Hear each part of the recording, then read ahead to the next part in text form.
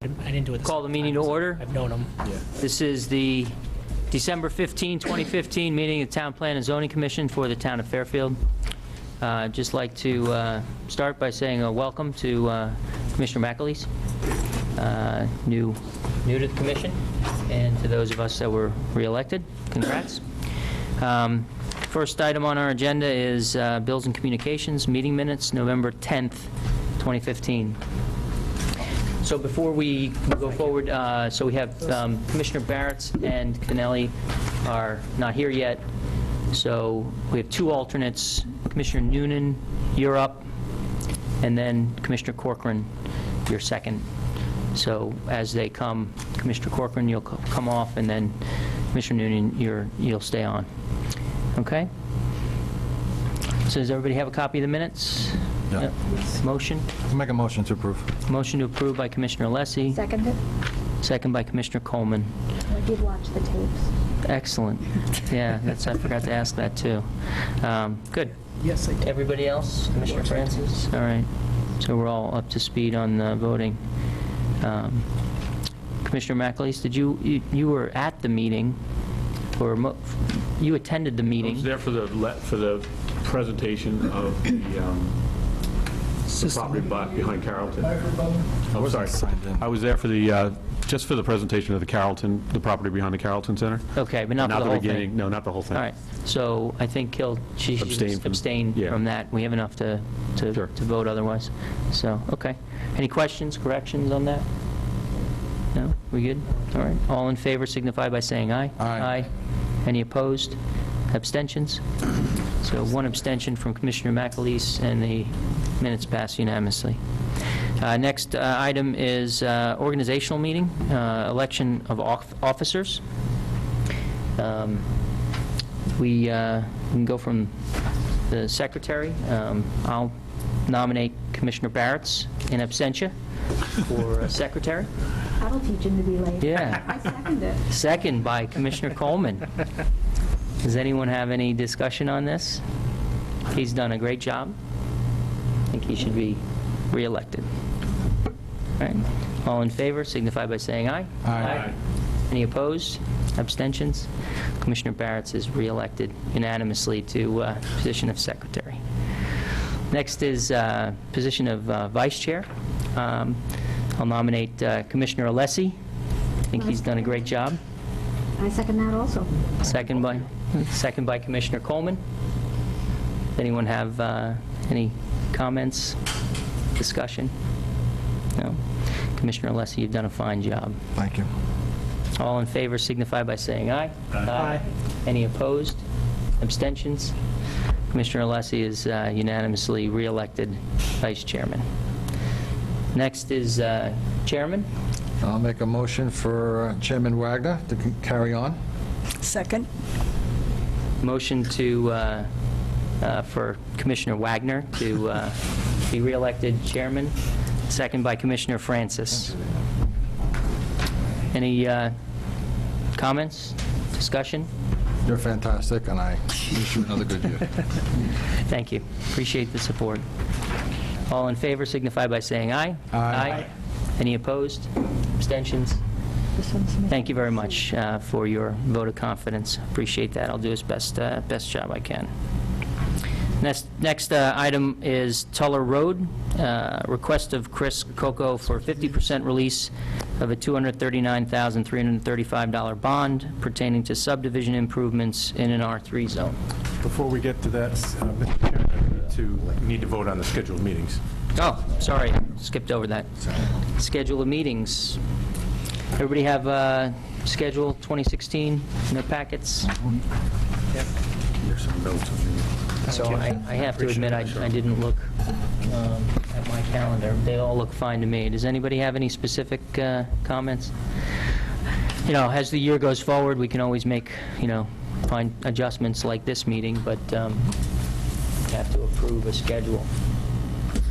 All right. Motion? Motion to approve. Motion approved by Commissioner Alessi, second by Commissioner Noonan. Any other discussion?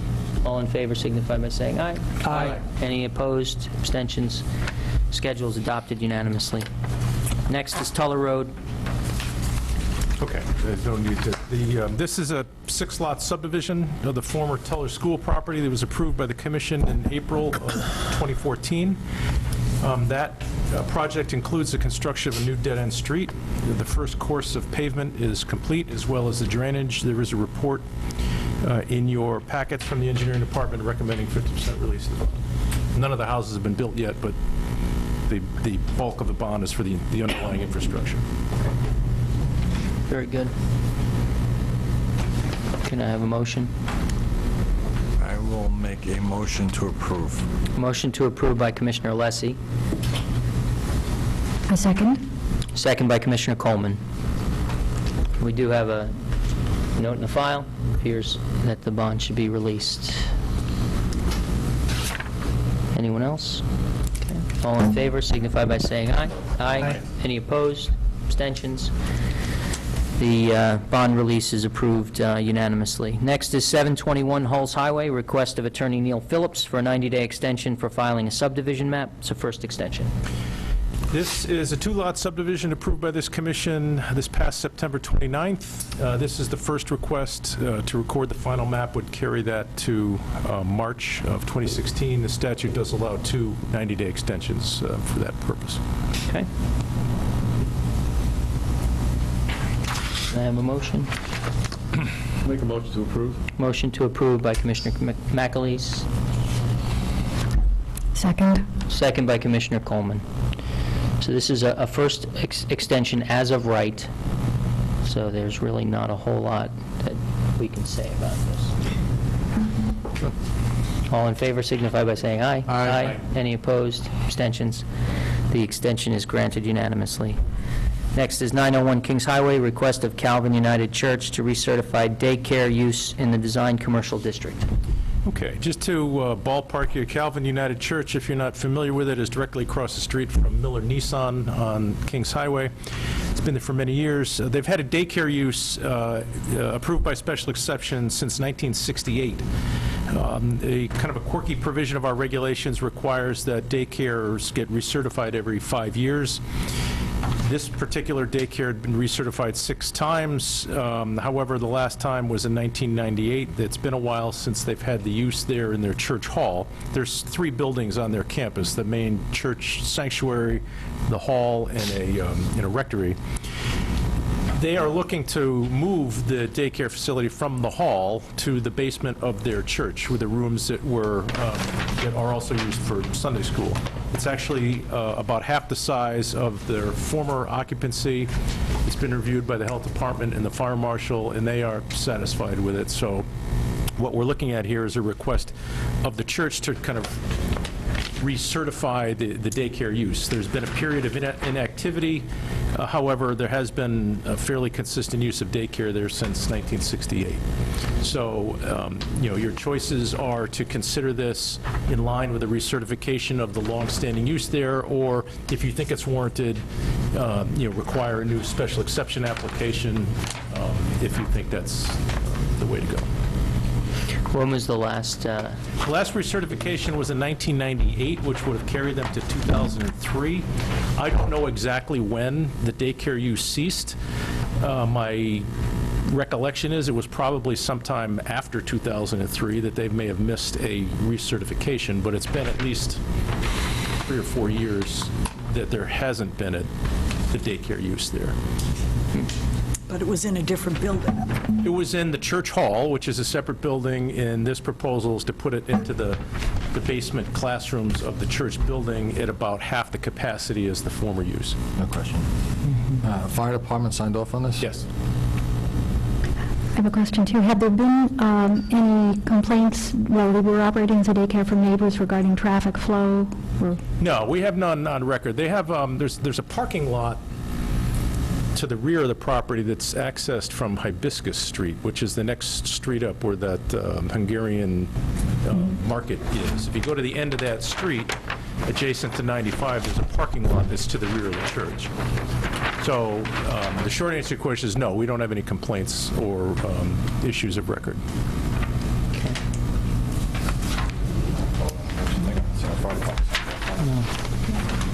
Motion, question for staff? Does the health department certification include lead and asbestos inspection by the state? The state certifies Well, our regulations... daycares and nursery schools. Correct, and it requires the local health department to sign off. They've done an inspection and have signed off. The fire marshal required certain exiting lights and signs, and the health department has approved the use. I don't know whether they've done an asbestos or test Yeah, 'cause- or not, but the report that we got is they're satisfied that the facility meets their requirements, whatever that may entail. Because when you hear the word basement, you immediately think lead Yeah. and asbestos. Is there any way to find that out? Well, we, No one's here to yeah, present. yeah, I mean, we can open this up for discussion. I mean, I've got some thoughts on that. Well, I'll make a motion to recertify for public discussion. For Okay. discussion. Motion to approve by Commissioner Alessi. I second it. Second by Commissioner Coleman. So, the questions that come to mind are whether the basement had been finished and had been used in some fashion, whether it's meeting rooms or otherwise, and are now just being repurposed for classrooms, or if this was a renovation that was retrofitted for classrooms, even if it has been approved by the health department and the fire department. But if it is truly a new facility, we would get answers to the kinds of questions that you're asking through a public hearing, And it's a special daycare exception application. center. I can answer coming a in. portion of that. The lower level are all existing rooms that they've used for many years for religious education as part of the church. So it's not a new, it's not a new renovation. There are some upgrades for code exiting in, that the fire marshal required, but the partitioning is existing. I don't know the answer to the health department question. We can find that out internally, or if you prefer, that could be reason to have the applicant present to you. But, if you don't vote on it tonight, we can certainly find out the answer to that question. Yeah. According to the plans, I mean, it looks like it was issued for daycare approval on November of this year, and it looks like it meets the building codes that are specified in the plans, so. I guess my issue is more about the lapse in certification and whether, Well, in this case, I'll rescind my motion to table it to a further date. well, we can do that. We could table it to get more information, through staff. I'm not sure what the downside is to Well, scheduling, yeah. to asking them to file an application for a But I- special permit and marking it up. I'll rescind my initial motion and change it to tabling this to a upcoming meeting. Okay. Commissioner Coleman, you accept that? My urge is not to table it. I think if the fire department and the health department have approved it, that's a far more detailed scrutiny than we're likely to apply to it. And I would not hold it up. Okay. So I think that results in the motion being, Staying where it is. yeah. So the motion presently is to approve the recertification. I think we just need to, I would agree that, that having the plans and having them approved is, considerable. My issue is around the lapse, with the expired license and them just coming in for a recertification, without sort of explaining that history. Mr. Chairman, it's not the church doing it this time. It's an entity. Bring your microphone in a little closer. It's a private entity. Right. Well, no, is that It's my understanding that they are going to have an outside operator, but I don't believe that to be any different than the prior arrangements. I don't, historically, that's was the way it that was. operated the daycare, at least the facility for the church. It wasn't the church itself. It I was- see. The church is the landlord. And the applicant here, The signatures that are on that letter are the prospective operators, not members or officers. Let's see. That's interesting, because the letter does not identify the sender other than by the signatures, and the names aren't even spelled out at the bottom. Well, it is spelled out. Yeah. Where? Only one Above, it's person above the signed it. signature. Oh, I thought those were two signatures. Apologize. Got it. It's not typewritten, it's handwritten, yeah. What's the name of the applicant, then? Well, we've listed it on the agenda as the church's request, since they're the property owner, but it's my understanding that the signer of this letter is the prospective operator. Well, it is odd because it starts out as, it says, as the owner of the property. Yeah. That's, It also says our daycare facility. yeah. And I would feel more comfortable seeing the state certification. I Typically- do not know how our health department interacts with the state. I just don't know the relationship. No, I think that's a good point. And, you know, typically when we look at certifying a daycare use, we get information about, you know, the business and their experience and their qualifications and the hours and, you know, the programs and all of those details that would come with a special permit application. It is a little confusing to me as to in whose name we would be granting this certification. So, you know, all of this having been said, I think I would be more comfortable, particularly because it's children and a children's program, with a new special permit application. You know, we'd get the whole plan, a letter of intent, you know, identification of the applicant, et cetera. And I don't think it's too much to ask. No, because it's in a different building, you know, than it was. So I think you're correct. So, I'm going to change my motion again all right. to move this for a special permit application rather than approve it at this time. Okay, so I think then the motion would be to deny the application for recertification with, to deny the application for recertification with a request that staff solicit an application for a special permit. Right. Okay, is that acceptable to you? Yes, I second that. All right, so, motion's been amended, and the amendment's been seconded. All right.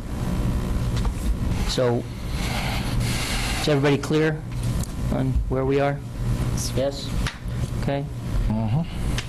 All in favor signify by saying aye. Aye. Any opposed? Abstentions? All right, so the application to recertify is denied, and please ask them to submit an application for special permit.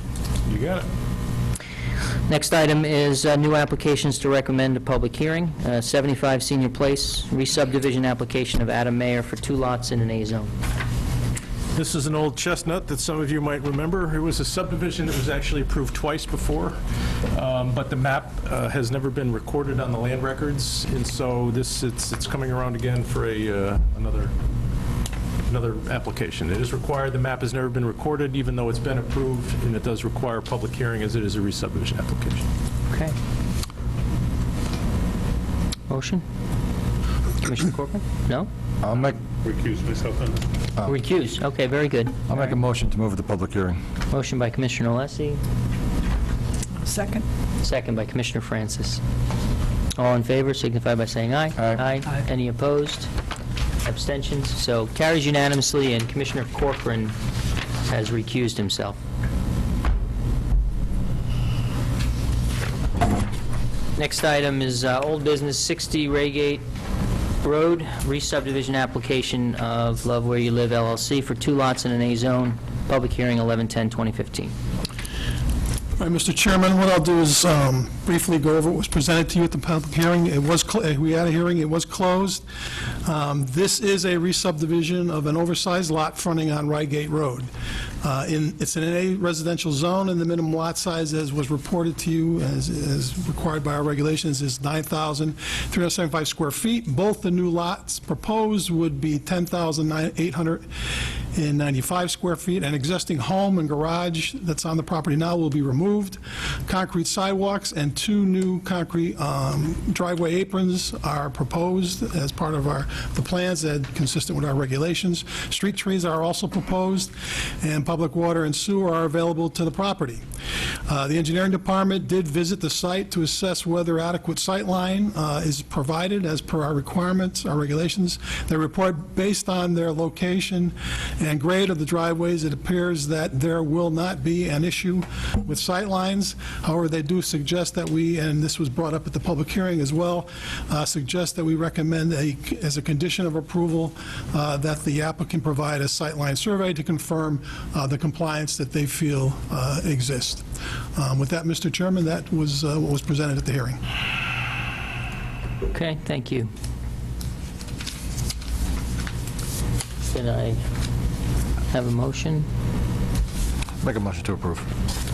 Motion to approve with the condition that they submit sightline Sightline. survey? Yes, absolutely. Acceptable, I'll read an the next acceptable one. sightline survey. And I second that. Motion to approve with condition by Commissioner Alessi and seconded by Commissioner Coleman. I have no comments on it. No comments? Commissioner Coleman? It looked like it followed our zoning regs. I saw no issue with it. There was no public outcry against it. Let them do it. Yep. Oh, I agree. It was straightforward. The major issue was the sightlines, which they weren't prepared to discuss, but they do appear to be approved by engineering, and if we have a survey in the file as a condition, I think my concern is satisfied.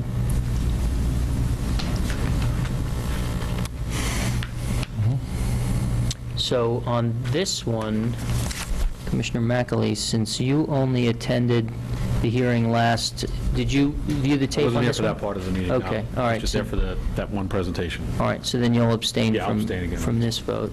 Everybody else is up to speed. Okay. All right, any other comments? Okay. All in favor signify by saying aye. Aye. Any opposed? Abstentions? Okay. The motion to approve with conditions passes unanimously with 1 abstention from Commissioner McAleese. Next item is 400 Mill Plain Road, special exception application of BSL Fairfield Development LLC pertaining to the construction of an assisted living facility in an A zone. Again, Mr. Chairman, I will briefly go over what was presented at the hearing. We did have a hearing. It was completed. As mentioned, Benchmark Senior Living is seeking to develop an 88-unit assisted living facility at approximately 85,000 square feet at 400 Mill Plain Road, behind the existing Carlin Nursing Home. The building would be three levels with an underground parking facility for 50 vehicles and 18 additional surface spaces for this application. There will be direct access to the high school road and additional access shared with Carlin, as represented at the hearing on site plans that were presented. It will feature 68 traditional assisted living units and 20 living unit memory care wing for those diagnosed with early stages of Alzheimer's or dementia. There is, as I mentioned, I did not mention, but there is 152 existing approved parking spaces for the current nursing home. Those spaces were approved under a pass action application for the nursing home and is consistent with our regulations. The proposed 88-bed facility requires 0.6 spaces per bed, equaling 53 spaces. The total number of spaces required for the existing nursing home and the proposed facility would be 205 spaces. 226 spaces in total would be provided by this plan. And of course, that would include the 50 spaces below grade in the proposed parking garage. Just real briefly about the residents, the typical resident here is 87 years of age and needs some assistance with daily activities. The typical length of stay is approximately 22 months. The staff is based on 3 shifts. The typical range of employees' shifts would be 25 to 35 from 7 to 3 p.m., 12 to 18 for 3 to 7 p.m., and 7 to 10 on the overnight. Again, there was an architectural presentation. Basically, the exterior design of the building is making uses of clapboard and shake shingles, dormers, covered porches. There are other features that would basically break down the scale of the building as required, actually, by our architectural standards. There is also outdoor patio, gathering areas, and landscaping. As part of this proposal, again, there are sections, our regulations, Section 27, require these spaces, and the dimensions are outlined in those regulations, and it was represented to the commission that these areas are consistent with that requirement. Also, some other things that our regulations required, the interior design offers a range, which is required by our regulations, of unit types, including a studio, 1-bedroom, 2-bedroom, and companion units. The building will have a required number of ADA accessible units. They will have a living space, bedroom, bathroom, and shower, a small counter area, a sink, and a fridge. There will not be any cooking appliances in these units. There's a commercial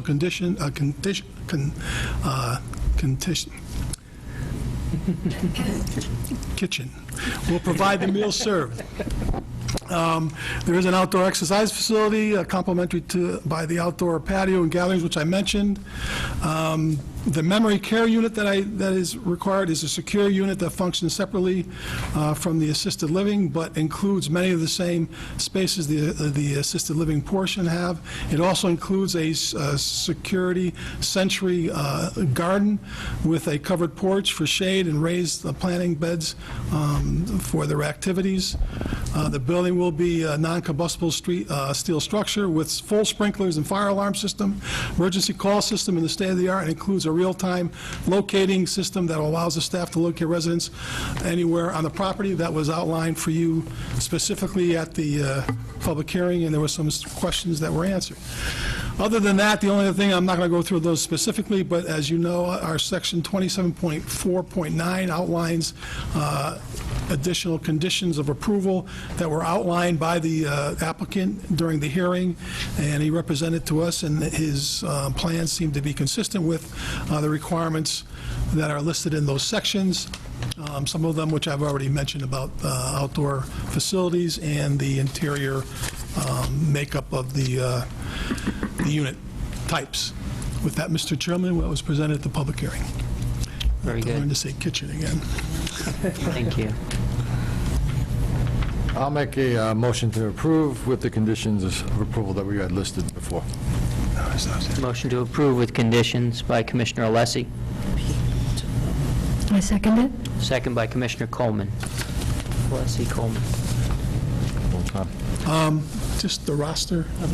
We're good, okay. Good?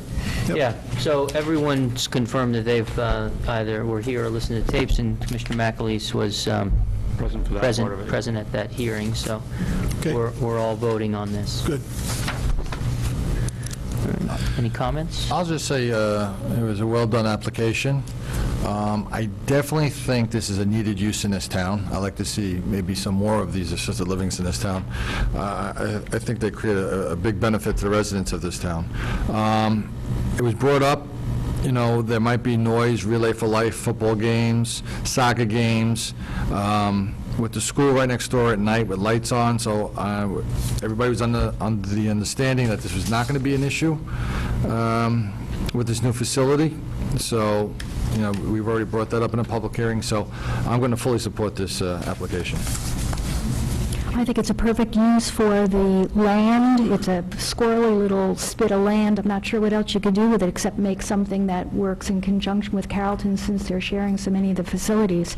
I think Fairfield really does need things like this. In fact, they can't build it fast enough for me. I share the house with my 101-year-old mother, and it's not clear which one of us will kill the other first. So get it up fast, guys. So I support it. Very good. I watched this, I wasn't here. Thank you for catching that there were not trees in the shared parking spaces, and I assume that's one of our conditions they're going to put them in. Yes, that's right, Okay. yeah. It's on the plans. And I appreciated the trash being in the garage and the attractive finishes. It was it seems like a well-planned facility, very attractive. The only thing I noticed was that in the memory care area, their backyard, if you want to call it that, it didn't look like there were trees. It looked like there were bushes. Are there trees there? I recall it being landscaped and in more of like a garden type of Yeah. environment. Because they Which- can't go out. You know, this is the only place they can go for outdoor living, and Well, I was concerned there weren't trees there. Didn't look it on the drawings. yeah, I mean, it's landscaped, there are gardens. Yes, yes, it looked attractive. We have, I don't know that we want to be fine-tuning their landscaping. I mean, it was certainly attractive, and the Yes. number of trees, for example, as you mentioned, in the parking and so forth, meets our Our regulations. And our regulations requiring plantings in other areas as well, and those are conditions of approval, and they were represented in the application. So, I mean, I personally am satisfied with that. Anyone else? No? Yeah. Yeah, I thought it was a well-presented application as well, and meets our regulations, and with the conditions, I think we're in good shape. It's a great use. We ready to vote? All right. All in favor signify by saying aye. Aye. Any opposed? Abstentions? The item carries unanimously. Next is compliances, 309 Stilson Road, compliance application of ABC Sign Corp. for a revised overall sign plan. All right, this is an existing urgent care facility on Stilson Road, one lot removed from the mobile station that's on the corner. Bridgeport Hospital is kind of the owner, manager of this, and what they're looking to do is change the site plan basically to have illuminated signage so that folks can find them a little easier in the evening hours. They have the sign on facing out towards Black Rock Turnpike, which is on the first sheet, is the same size as the sign that's there now. The current sign is externally illuminated rather than internally illuminated. In the sign on the front, in the second page, you can see the existing condition photo. They're going to replace the two signs there with two similar signs. Thank you. Two to the one on the side, but smaller. And then on the very last page, they show a graphic of how it would look in the lit condition, confirming that it meets our illumination standard, that only the copy illuminates and not the background of the sign. The size requirements are consistent with our regulations. Don't we have a regulation though against second floor signs? We have, well, that's why, if it's between the first and second floor on the Black Rock Turnpike side, Right. the signs that face Stilson are existing and have been there for, probably predate the above the first floor requirement. But if they're changing it, it's not existing anymore, right? Correct. It's your call. You said I don't know good where call you'd or your go. I call? mean, you'd Well, have you to could- go, you'd have to go adjacent to the front door, I guess, rather than above the door. Your call was either the change isn't substantial enough to make it increasing the nonconformity, or if you feel the change is such that it would increase the nonconformity, then you would deny it. Right. Should the signs... Use your microphone. Should the signs have the address on them? Wall signs aren't required to have the address. Ground signs are, and they have it, it's hard to see in this photo, but they do have a separate ground sign that's not illuminated that does have the street number on Yep. it. Which they're not seeking to change. That's correct. Yep, and I know that sign. I mean, I know the building, I know the signage, so they do have a ground sign with the address. Yeah, it's somewhere, yeah, that might be it. I don't believe that this is, just kind of repairing or fixing an existing nonconformity. I mean, they're putting up a new sign, Yeah, and it's on the second floor. correct. And our regulations don't permit second-floor signage. I understand their desire to have illuminated signs and better signage to help people find the place and everything, but, I also, there's a reason we don't want pole signs in town, so that there aren't large illuminated signs towering over us and creating, different, Ugliness. yeah. So, So I'm going to make a motion to deny this. okay, motion to deny by Commissioner Alessi. It's large and not very attractive, the side sign, Black Rock Turnpike sign. Are you seconding the motion? All right, second. Second by Commissioner Francis. So we started to talk about it a little bit. Does anyone have a feeling contrary to what I'm suggesting? I agree with you. I mean, it's a new sign that does not meet our regulations, is the way I'm seeing this. Yeah. Can I just, for clarification, are you talking about all three of them, or just the one that's on the top of the Stilson Road front? One that's on the top of Stilson Road. Right. Okay. So, Sign. and that's where I was going to go next, is that, It's the same there is a proposed sign which is on the first floor, right on the, Facing Black Rock Turnpike. yeah, which is on the first floor, and I think that it appears from the photographs, and I would want you to confirm that, size and proportion and everything is consistent with our regulations for that one. I would agree. Yeah. So, we could deny it entirely, or you can, I'm not going to deny Stilson Road and come back with a new sign. That's a new plan, what I suggest to do before this gets changed, and then it could be two different signs. I'd like to see what's going to be on the building in totality, rather than... an overall sign plan. Right. Yeah, I Okay. don't want to see it broken up. No, I have no issue with that. I just want to be able to provide Well, guidance to the applicant. If Fairfield- We need to Yep. relocate that sign that's on the top, so Yeah, it's I not mean, above the first floor. you don't need got two it. big signs that big. I think there's a ground sign there, too. Am I correct? Yes. Plus the big wall sign where they want to put up, which meets our regulations. Now we have a billboard on this side of the building. I don't think we, and I listen, every person in Stratfield area, that side of town, knows where this place is who has a kid, because we've all been there. So it's not like we have to find it. So, I mean, they can definitely put these two signs together in a smaller sign on the first, in the middle of between the first and second floor on Stilson Road, and still come with their point across. That being said, I'm denying it. So on, Yes, No, Commissioner I Corcoran. appreciate the feedback. You're welcome. Commissioner Corcoran. on the Stilson Road side, I mean, are both those signs on the second floor? Well, you can argue it's hard because of the entrance there. Typically, what the commission has allowed is if it's between the first and second floor, that's generally been considered to be acceptable, but when it's above... Okay. So, again, over the obviously, door. your call, but that's within your discretion to make that Right. ruling. Yeah, so that's my interpretation. If it's over the door on the first floor, I would view that as being the first floor. I think we've approved many a sign over the front door on a first floor. The sign that's above that That's existing. is clearly on the second level. So, and, I mean, it's up to them. There's a number of different directions that they could go with that if they Oh, wanted that's to why I appreciate the change feedback, it. and just the guidance on what their options are. Because there is a flat spot, right, that's it's to the right of the door that, faces the road as well. This one. So, anyway, I think we've beat this one up enough. Does anyone else have any more comments? Do we know, we're ready to vote? I find the Black Rock Turnpike side one very garish, very bright. There is one there now, but it's never hit me like that does.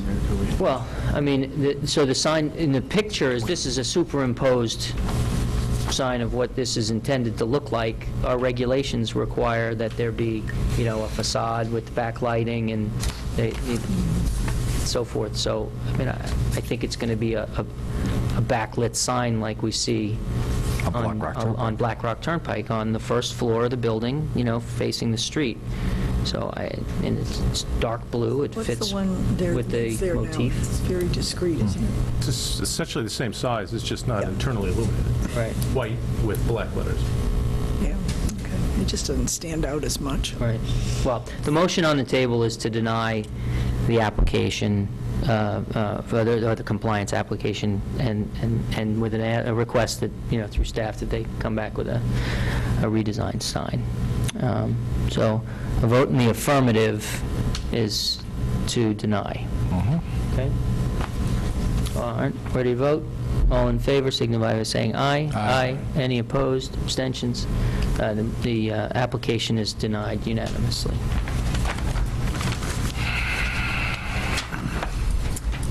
Next item is public hearing. So do we need to, we're in a new room. We don't need to reconfigure. Hey, that's great. First item is Southport Terrace, Meadow Ridge Road, request of Special Properties 12 LLC to reduce a subdivision bond from $460,720.50 to $54,264 in a double-A zone. Oh, do we need a break? Okay. Why do I always have to put that thing over my head? That's where you sit.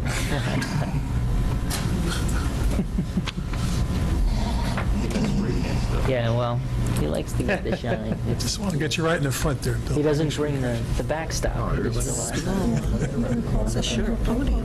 Okay, thank you very much, members of the commission. For the record, my name is Bill Fitzpatrick. Microphones. That work? No? Wait a second, come up closer. I'm not a professional. There you go. Perfect. For the record, my name is Bill Fitzpatrick. I'm an attorney in Fairfield with the law firm of Fitzpatrick, Frame, and Bologna. We have offices at 1735 Post Road. I'm here tonight representing Special Properties 12 LLC. That's the Faber family out of New Canaan. This is the entity that developed the 19-lot subdivision at the corner of Mill Hill Terrace and Mill Hill Road. The request before you tonight is to reduce the subdivision bond from $460,720.50 to $54,264. All the in-common work on this subdivision has been completed to the town's satisfaction. There are several lots left which have yet to be developed or upon which construction has started but has not yet been completed. The $54,264 proposed to be remaining as the bond will be held for drainage work, driveway aprons, and site stabilization on those lots. You have in your file a note from Laura Pulley, the engineering department, confirming that the calculation of those figures. As a result, the applicant requests the subdivision bond be reduced as proposed. I would request a vote tonight. This bond is secured with a letter of credit. Letter of credit expires the end of this week, and it has to be renewed. We'd much prefer to renew it at $54,000 and change than $460,000 and change. So your cooperation in voting tonight would be much appreciated. I'd be happy to answer any questions that the commission may have. Thank you. Does anybody have any commission's questions for Attorney Fitzpatrick? No. Thank you very much. Thank you. Does any member of the public wish to be heard on this item? Going once, going twice? Nope. All right. I'll close the public hearing on this item. Next is 1851 North Benson Road. Re-subdivision application of Van Broek Estates LLC for 2 lots in an A zone, and Commissioner Coleman has recused herself and left the table. Good evening, Mr. Chairman, members of the Commission. For the record, my name is John Fallon. I'm an attorney here in Fairfield, and I'm representing the applicant, Van Broek Estates, LLC.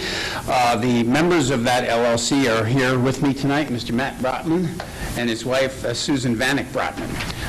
The property is located at 1851 North Benson Road, and this is an application, as you can see, to subdivide an oversized existing parcel in the A zone into 2 conforming building lots. You have these plans, but on your left, Obviously, you have the demolition plan. We show how we're going to handle demolition, and then importantly here, you have obviously the subdivision plan, which shows the division of the property and the site provisions for drainage and utilities. As I said, the property is located in the Residence A zone. The lots will conform in all respects to all requirements of your zoning and subdivision regulations. Public water is available and will be provided, as is public sewers.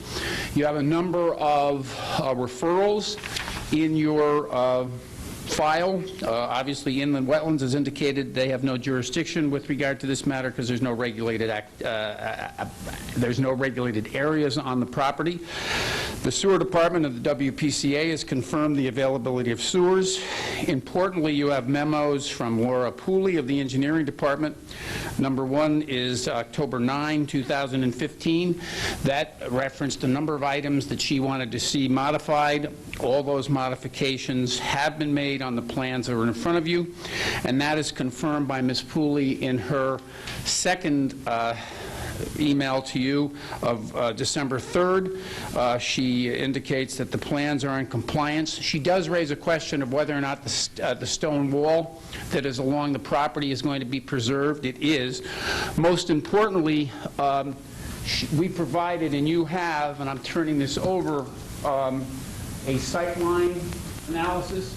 Mr. Mike Galante of Frederick P. Clark and Associates is here tonight, as obviously as Mr. Jane, who did all the survey work and the site engineering.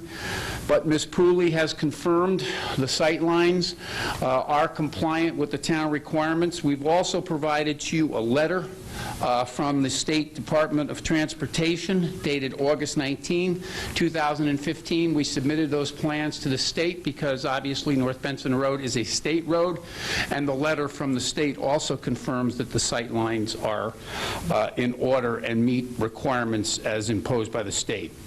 So in summary, what you have here is an application to create one additional building lot. The subdivided lots will comply with all your zoning regulations. We've worked closely with the engineering department, not only with regard to all aspects of site engineering and meeting those requirements, but also in confirming to the town and the state's satisfaction conformity with the sightline requirements. So we would be pleased to answer any questions you may have. As I said, Mr. Jane and Mr. Galante are in attendance as well. Good. Does anyone have any questions for Attorney Fallon? I have a question of sightlines. Which is north? I guess heading down south on North Benson Road. What's the sightline on the first driveway? Because the road kind of bends a little bit, doesn't it? Mike Galante, Frederick Clark Associates. There is a curve in the road itself. The sightline is measured from the driveways, or the new driveway, and we have a 500-foot sight distance in each direction, which is matching a 45 miles per hour speed. The posted is 35, and the actual speed is 38 miles per hour. We went to 45 at the request of DOT. So At the request of DOT? Yes. Just to be conservative, and we obviously measure that sight line within the state's right-of-way on North Benson Road. You know Laura Pulley's letter? You saw Laura Pulley's letter? Which one? The October letter or the... October 19th. Was there one after this? Yes. There's an email or a letter from her dated December 3rd where she confirms that all of the provisions have been addressed. I think that is in your file, right, Mr. Wentz? I only have the October 19th letter. I don't have the December one. I have it.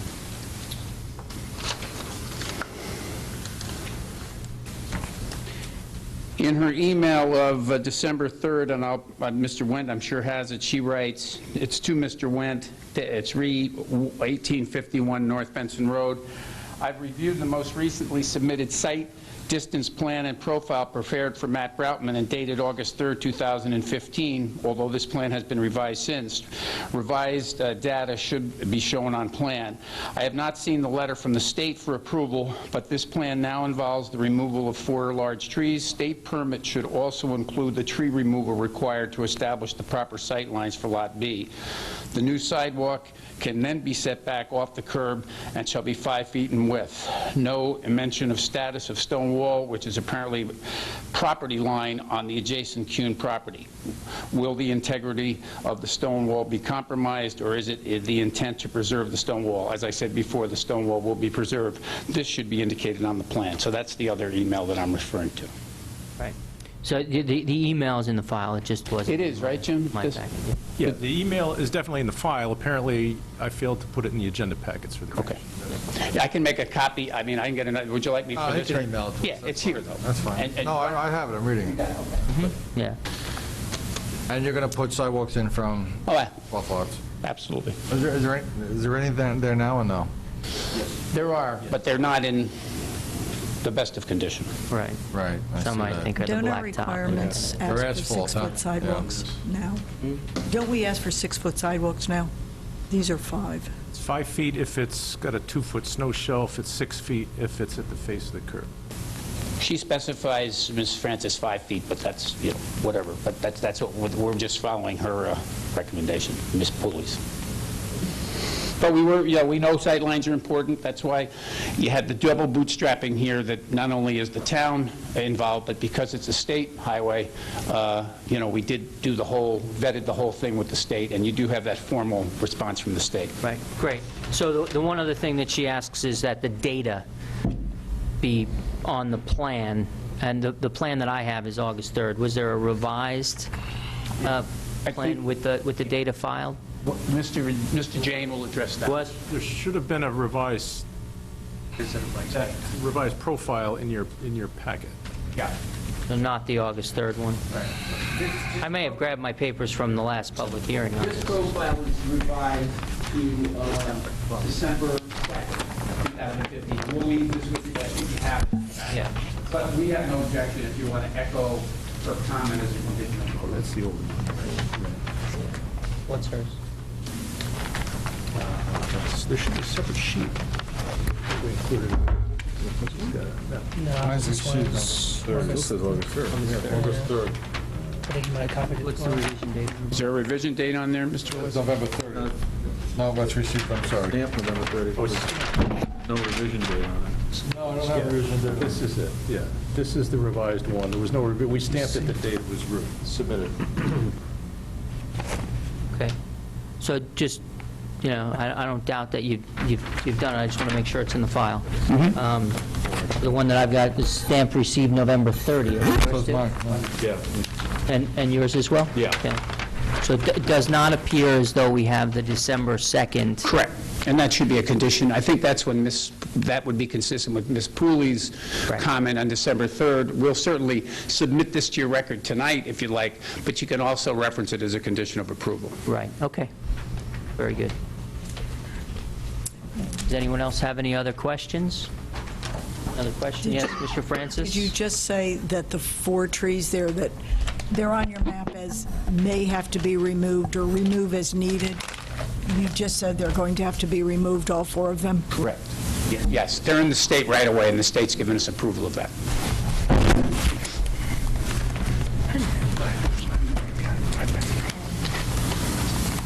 Okay. Yes, thanks. Okay. Any other questions for Attorney Fallon? Or anyone else? No? Thank you very much. I'll leave this with Mr. Wendt, Yep. just so we have it. That's great. Does any member of the public wish to be heard on this item? Yes, sir. Come on up.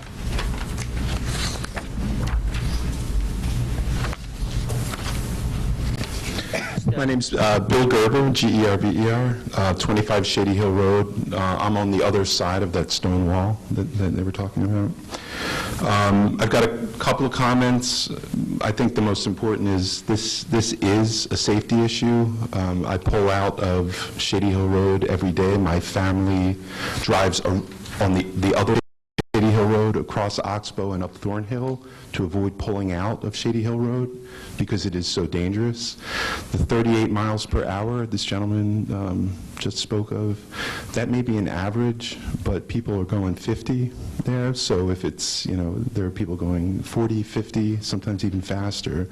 So I think the data on that needs to be really looked at very, very carefully, because if 1 or 2 in 100 are going 50, then someone's going to get killed. Not a month goes by that I don't hear screeching of brakes right outside of Shady Hill Road in that area. The line of sight there is terrible. The first driveway that these guys are thinking of putting in, there's really not a lot of visibility there. So, I wouldn't take this survey at face value, with all due respect, to the consultant who was hired by the builder. I think this really needs to be looked at carefully. Just to put it in context, this is a really big deal to the people that live here. I know this really isn't within your purview, but I just want to give you some background as you think about everything that's been said. This property currently is on 0.57 acres. It's 1,224 square feet. My property is on 0.72 acres. It's 2,391 square feet, and I'm on, the one side of the house. The house next to mine is on 0.31 acres. It's 2,293 square feet. Abutting on the south corner of North Benson and Margemere, right next to it, if going south, is 0.39 acre property, 2,914 square feet. And next to that is another property which is on 1 acre, going up Margemere, which abuts the back of this property, is 1 acre, 2,222 square feet. Across North Benson is a property, 1858 North Benson. It's on 0.29 acres, 2,783 square feet. 1832 next to that, 0.24 acres, 1838 square feet. Next to that, on 0.2 acres, 1,492 square feet. On the corner of Margemere and North Benson, which is 2 houses down, 0.57 acres, the same acreage as this property in total, is 2,075 square feet. What these people are proposing is to put 2 4,600 square feet homes next to each other on North Benson. And I know, you have your regulations, but this is kind of a grotesque, abuse of the rules as far as, the neighbors are concerned. We just can't believe that someone would do this. I mean, in our opinion, they can't possibly live in Fairfield or care about this neighborhood at all. But most importantly, it is going to be a hazardous condition. So I would put, I would put some effort into actually verifying, the safety of this before you go any further. Thank you. Thank you very much for your comments. Are there any other members of the public? Yeah.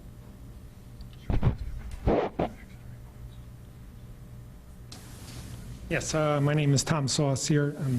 I live directly across the street from this property, so I'm pretty much going to echo what Bill just said. But my biggest concern, I'm in the business, so I understand what they want to do. But the size of these houses, I mean, we all drive up and down North Benson Road every day, and they're all ranches, capes, that's about it. So now they're going to put up these 2 monsters right next to each other. It just seems just grotesque to me. So visually, I mean, I just can't believe the size of these houses. Do they have to be that big? So that's my biggest concern. And if you look at the elevation, you'll see that their property is about 10 to 11 feet above North Benson Road. So literally their driveway just goes straight up like this. Our side of North Benson Road is right even with North Benson Road. So you're going to add, elevated property, 2 monstrous homes. I mean, it's just going to look terrible. So that's my biggest concern. I live directly across the street. It's not really something I want to look at. Even if I'm sure they're going to be gorgeous homes, can they just be smaller? That's my biggest concern. Thank you very much. Thank you for your comments. Is there any other member of the public that wishes to be heard? Yes, sir. Nope. Yes. My name is David Speidel. I live at 20 Shady Hill Road, which is 2 lots north on North Benson. My concern, again, echoes what Mr. Gerber said, and living as I do right on North Benson, what I hear at all hours of the day and night are emergency vehicles, ambulances and fire trucks, police vehicles. When they go by with their sirens on, I know it, I hear it all the time, and in the course of their duties, they are traveling considerably faster than the average traffic does. And my concern, having walked out and seen the elevation that was just referred to, is that cars pulling out there, especially in the winter, if they're coming down a sloped driveway and may not be able to stop, which I have seen in several of our neighbors, if there are emergency vehicles coming there, I can foresee accidents involving those, and the safety in that area of North Benson is my primary concern that I'd like to voice tonight. Thank you. Thank you very much. Does anyone else have any comments? Going once, going twice. Attorney Fallon. Thank you, Mr. Chairman. I'm going to have Mr. Galante speak directly to the matter of the sightline from Shady Hill, but I just want to reiterate a few things, and then I'll have a few other comments. First of all, 38 was not the number that we tested the sightline from. Working with the state, we were more conservative, and we profiled the number of 45 miles an hour. There's one additional home here. This is a re-subdivision. I'm sorry. This is a re-subdivision that's going to create one additional home. One additional home should not be an excuse for proper sight lines, but I do want to point out in terms of all aspects, and of course, the whole issue of on-site traffic volume, Selwyn and the Pansy Road case have no place. We're looking at the sight lines here, and the sight lines have been reviewed thoroughly by the state DOT. You have a letter from the state DOT. You have the profile that we've submitted, the survey, and you have the town's engineering departments telling you it complies with the standards. But I would like Mr. Galante just to address a comment to the matter of the Shady Hill. Mike Galante, Frederick Clark Associates. Again, as mentioned, the intersection site distance analysis, which was done for this driveway, was based on 45 miles per hour, based on the state requirement. They've been to the site, I'm sure, probably twice to look at this.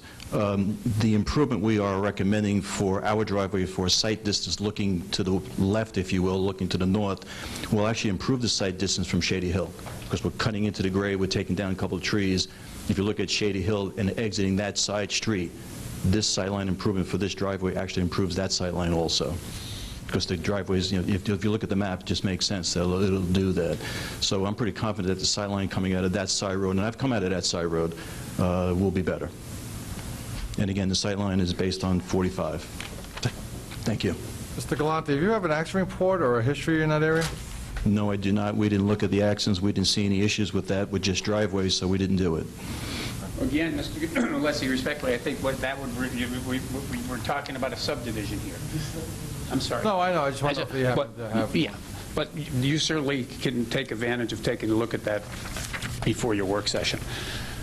The other thing I had to say, and I respect all the speakers here, but, you know, aesthetics is whatever. I do know this about the Broutmans. The Broutmans live on Barlow Road, so they're not out-of-towners. And they've restored an antique home there to really magnificent condition. The matter of these houses, first of all, the lots, as a matter of lot size, comply with all the requirements of your zoning regulations. Lot size, lot square, and what have you. They comply. And as you know, when you act on a subdivision, you act in an administrative capacity, and your job is to determine, and you always do, whether or not the proposal meets the standards of your zoning and subdivision regulations. That includes sight lines, and we provided a good deal of information on that.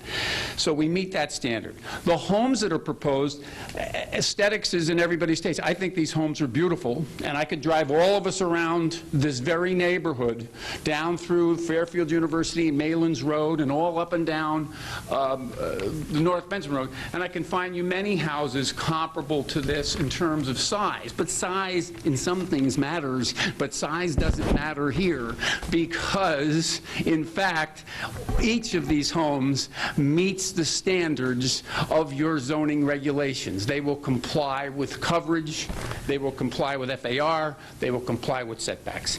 So I do leave you with what I started with, a compliant subdivision application, a great deal of care and attention taken to ensure the sight lines. Mr. Galante's point's an excellent one. We're actually improving the sight line from that Shady Hill intersection. And the fact that it happens to be on a state road put us through a working relationship with not only your town engineering department, but also with the state DOT. And they've both given you confirmation that the sight lines meet the standards that are required.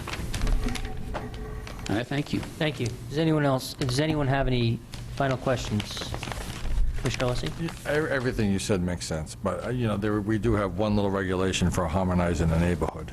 So, I mean, could be an issue here. It does, you know, I mean, you know, you go down,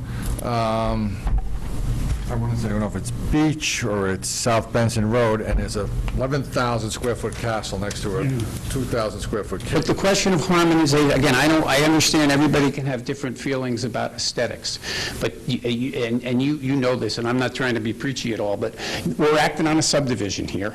And we're not acting on a special permit, and we're not acting on a special exception.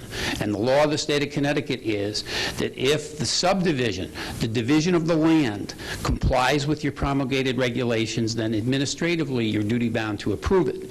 The matter of the size of the homes in a residential zone is controlled by your zoning regulations.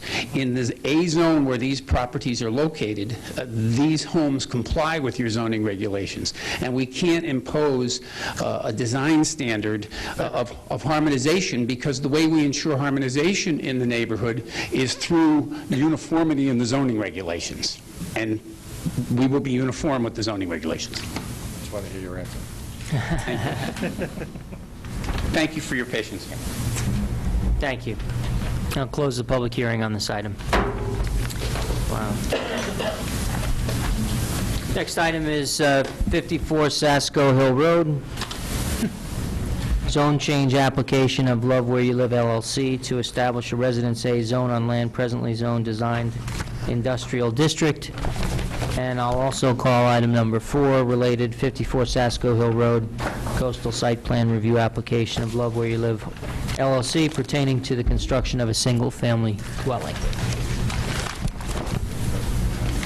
Mr. Chairman, members of the commission, my name is Raymond Rizzi. I'm happy to be before you tonight. It's an application which I think most of you are very familiar with. It's an application that started off about a year and a half, 2 years ago as trying to create a FEMA-compliant mixed-use office building in a DCD zone. We were well met with much opposition, very strong feelings from the neighborhood that they did not want to see the commercial, even if it was consistent with the regulations, enhanced development in a commercial basis along South Hill Road. This property is located from planning perspective and would believe in pursuant to planning conservation development, the Southport area of Fairfield. If you look at the lot is, there's an office building at the corner of Sasko Hill and Post Road, and there's a tiny little strip of property, tiny, it's about 1/4 of an acre, that stretches from Sasko Hill Road into the creek. Now, what we would like to do, and what we thought we were doing, I don't know, we still have opposition, it's amazing, because they're the same attorneys, I'm not exactly sure where this is coming from. But we have opposition with regard to, we would like to change this to Residence A. Single family consistent with Sasko Hill Road, the balance of Sasko Hill Road. This is the only parcel of property on Sasko Hill Road that is zoned commercial that does not have frontage on the post road or any access from the post road. We believe that this property is best served to be used as a residential home, single-family residential home. We believe this is consistent with your plan of conservation and development. We think it best serves the neighborhood. It's complete harmony with your master plan, and certainly makes a lot of common sense. What I hand out is, this is your planning area boundaries, and I'm just going to show you how this is consistent with your plan of conservation and development. This is going to be a pretty short presentation because I think you all know the piece of property. You're either going to think it should be commercial and be developed as a commercial piece of property, or really this belongs like the rest of Sasko Hill Road and should be turned to Residence A. Basically, you're acting, I guess you get to wear all three hats tonight. You have to heard about your administrative capacity, you're acting in your really zoning capacity, and now you get to act in your legislative capacity because you're going to be changing the zoning map. And the funny thing is, in changing the zone map, this isn't a popularity contest. You have the most discretion that you probably have at all under the state statutes and your regulations, is that if the property appears to be compliant with your master plan of development, it makes sense, you have the right to draw the lines. And I would think that if you were redoing your zoning map, this is probably one property you'd look at multiple times and say, well, why is this designed commercial? It just doesn't make any sense. So when you look at your planning zoning boundaries, you can see we're in Southport. We are this little corner piece of property on the Southport center area. And if you go to the second page, it talks about policies from the Southport in 11.3.7 in Southport. It talks about the characteristics of Southport, and it talks about policies going forward. The part that I'm going to bring you to, because really it's the part that was most opposed here when we went for the mixed-use project, and I think the part that's most consistent with your plan of conservation development as applicable to this property. And it talks about how encroachment of commercial zones into residential areas should be discouraged. That is what is very, very important here. It also talks about how no further demand on limited on-street parking, designated on-street loading zones. It talks about a whole bunch of different things, but basically talks about is we want to keep our residential streets residential, we want to keep our commercial streets commercial, and where there's areas where we could promote mixed use, let's do that. This is one sliver of property with a very small amount of frontage, has basically, can only fit a 50-foot square. It's got 52 feet of frontage. It is built to look like a home that's been used as an office for a number of years, but kind of more of like a home office. It doesn't create a lot of traffic. But when you look at these uses, you don't look at what house is going to be built there when you go for change of zone. You look at what can this property be used for. If you look into your design commercial district regulations and what's permitted, basically everything along the post road would be applicable to be able to go on this property, from retail to office to veterinarians to restaurants to all sorts of trades. Those would be uses that would be eligible for these pieces of property. Or if we change it to Residence A, there's basically one or two very small uses. You have, as of right, you'd have the ability to be a single-family home, which would seem to make sense on a quarter acre piece of property with its sole access Sasko Hill Road and no frontage or access to the post road. So what makes more sense when looking at this property? And that you can only do in your legislative capacity. It's not going to be whether our house is going to be in. And then when you look at the intensity of the use, because you'll hear about people concerned about views, concerned about blocking their views. I did take a chance and put the zoning grids of the two zones next to each other and give you a feel for what do you think would be most appropriate for this site. Thank you. I put the Residence A and the design commercial zones right next to each other. Now, I mean, I shake my head when I say, so somebody can actually say this really belongs to be more of a design commercial district. You have a situation where you have, for example, the height. Attorney Rizzio, you have an extra copy of that? Oh, sure. I know Joe's not very familiar with the regs, so we can give him that piece. But when you put it together so nicely like this. Yeah, what the heck? Well, here's what you do. You got a quarter-acre, non-conforming piece of property. It's unique. You know, it's got jogs. It doesn't really fit in with anything else. If you look at your zone map, you still have the ability to change the line, the zoning line consistent. Meaning, even though the property, the zone line will move a little bit to the north, the line will be consistent in that it'll be only the zone, property zone, commercial, fronting on the post road, and will be the only property that's not fronting on the post road on Southfield Hill that would now become Residence A. So if you look at it from a consistency standpoint, you're basically saying that properties that front on post road, we're going to cut off our commercial development along Sasko Hill Road at that point. It seems to make a lot of sense to me. Now you look at it, what can happen with this property? Because you can't say, well, yeah, the neighbors are going to fight it, it'll never happen. You have to say, look at the piece of property, look at what your zoning regs permit. We already talked about uses. Now we talk about what kind of intensity of use could you have on the site. So you have this, we've amended our map, basically the lot's over 11,000 square feet, but when you take out the part that's not within the required square, you have to deduct for that, and we end up with a lot that's 8,290 square feet.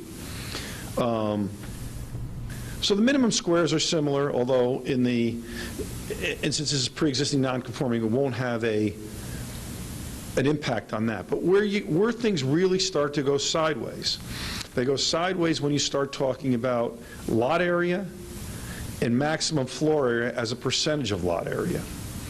So in the RA zone, which is what we're proposing, it would be 20% of that calculated area could be used to create your floor area. And then you can double that to 40% for your maximum floor area over your lot coverage. Seems reasonable. Sounds like you're going to be able to build something that's going to be in harmony with the area. Sounds like something that's going to, because everything else on Sasko Hill Road to the water abides by those regulations. But now, if you leave it DCD, and the fact is that your regulations would permit someone to do this, granted they'd have to get a special permit, the maximum coverage is 75%, okay? And the maximum floor area goes to 150%. So basically, of that 8,290 square feet, 3/4 of that could be covered. So that would give you, basically 6,000 square feet. You could probably put, a quarter of that would be, about 6,000 square feet, and then you'd be able to go 150% to a total of 12,000 square feet on this little quarter-acre piece of property. So, acting in your legislative capacity, what makes the most sense? Sasko Hill Road, views of the water. Everybody's always saying, don't block my view, don't mess around with this stuff. This is most important to Fairfield. I've got a water view, I want to keep it. Well, height, maximum height in the DCD is 40 feet. Maximum height, Residence A, is, I think it's 32 feet. So what we're asking you to do, which is, I don't know if I've ever done it in 30 years of practice in law, is ask somebody to reduce the intensity of the use on my property. So basically, I want to be, instead of having a place where I can put up a restaurant, where I can put in an office building, a medical office building, a veterinarian, I can do a movie theater, I can do whatever I want. Now, granted, it doesn't make a lot of sense for these things at this time. Or I just want to be able to put a single-family home. That doesn't even tackle the traffic issue, because all I heard, if you can remember when we had some of the members that were here when we came in with the commercial project, the outrage and the people being upset about traffic in Fairfield and traffic on Sasko Hill Road and the amount of traffic on Sasko Hill Road and the speed that everybody travels. Well, if that's the concern that it was, and it was everybody's concern at that meeting that opposed this project, which was most of the neighborhood, opposed the previous project, one house versus almost any any commercial use will certainly do what it can to limit any traffic impact on that road. So what we're doing is asking for something that's in harmony with the neighborhood, in harmony with every other house that's on Sasko Hill Road, reduce any possible current and future traffic to the site, reduce the height, the box, the coverage. To me, this seems like a no-brainer. I'm not going to beat a dead horse. If you've been by it, it looks like a house that was converted into an office and has that residential look. Why wouldn't you just make it a house and keep it as a house and reduce the impact which people have, these commercial impacts in these residential neighborhoods that people have been complaining about? To me, it's a very simple question. Is this piece, which is pre-existing, non-conforming, about as awkward a piece as I know in town, does it belong eligible to all those commercial uses, or are we more comfortable with it as a single-family home like the rest of every other home that fronts on Sasko Hill Road? That's basically it. I think it's consistent with your master plan. I think it's not spot zoning. You have the ability, certainly under your regulations, to make this decision and under the statutes. And I think it's completely in harmony with the neighborhood. I think it will put to rest the property that will be before you many, many times with many different issues and many different types of uses, which I don't think fit as well as the zone that would be we're requesting tonight. I'd be happy to answer any questions.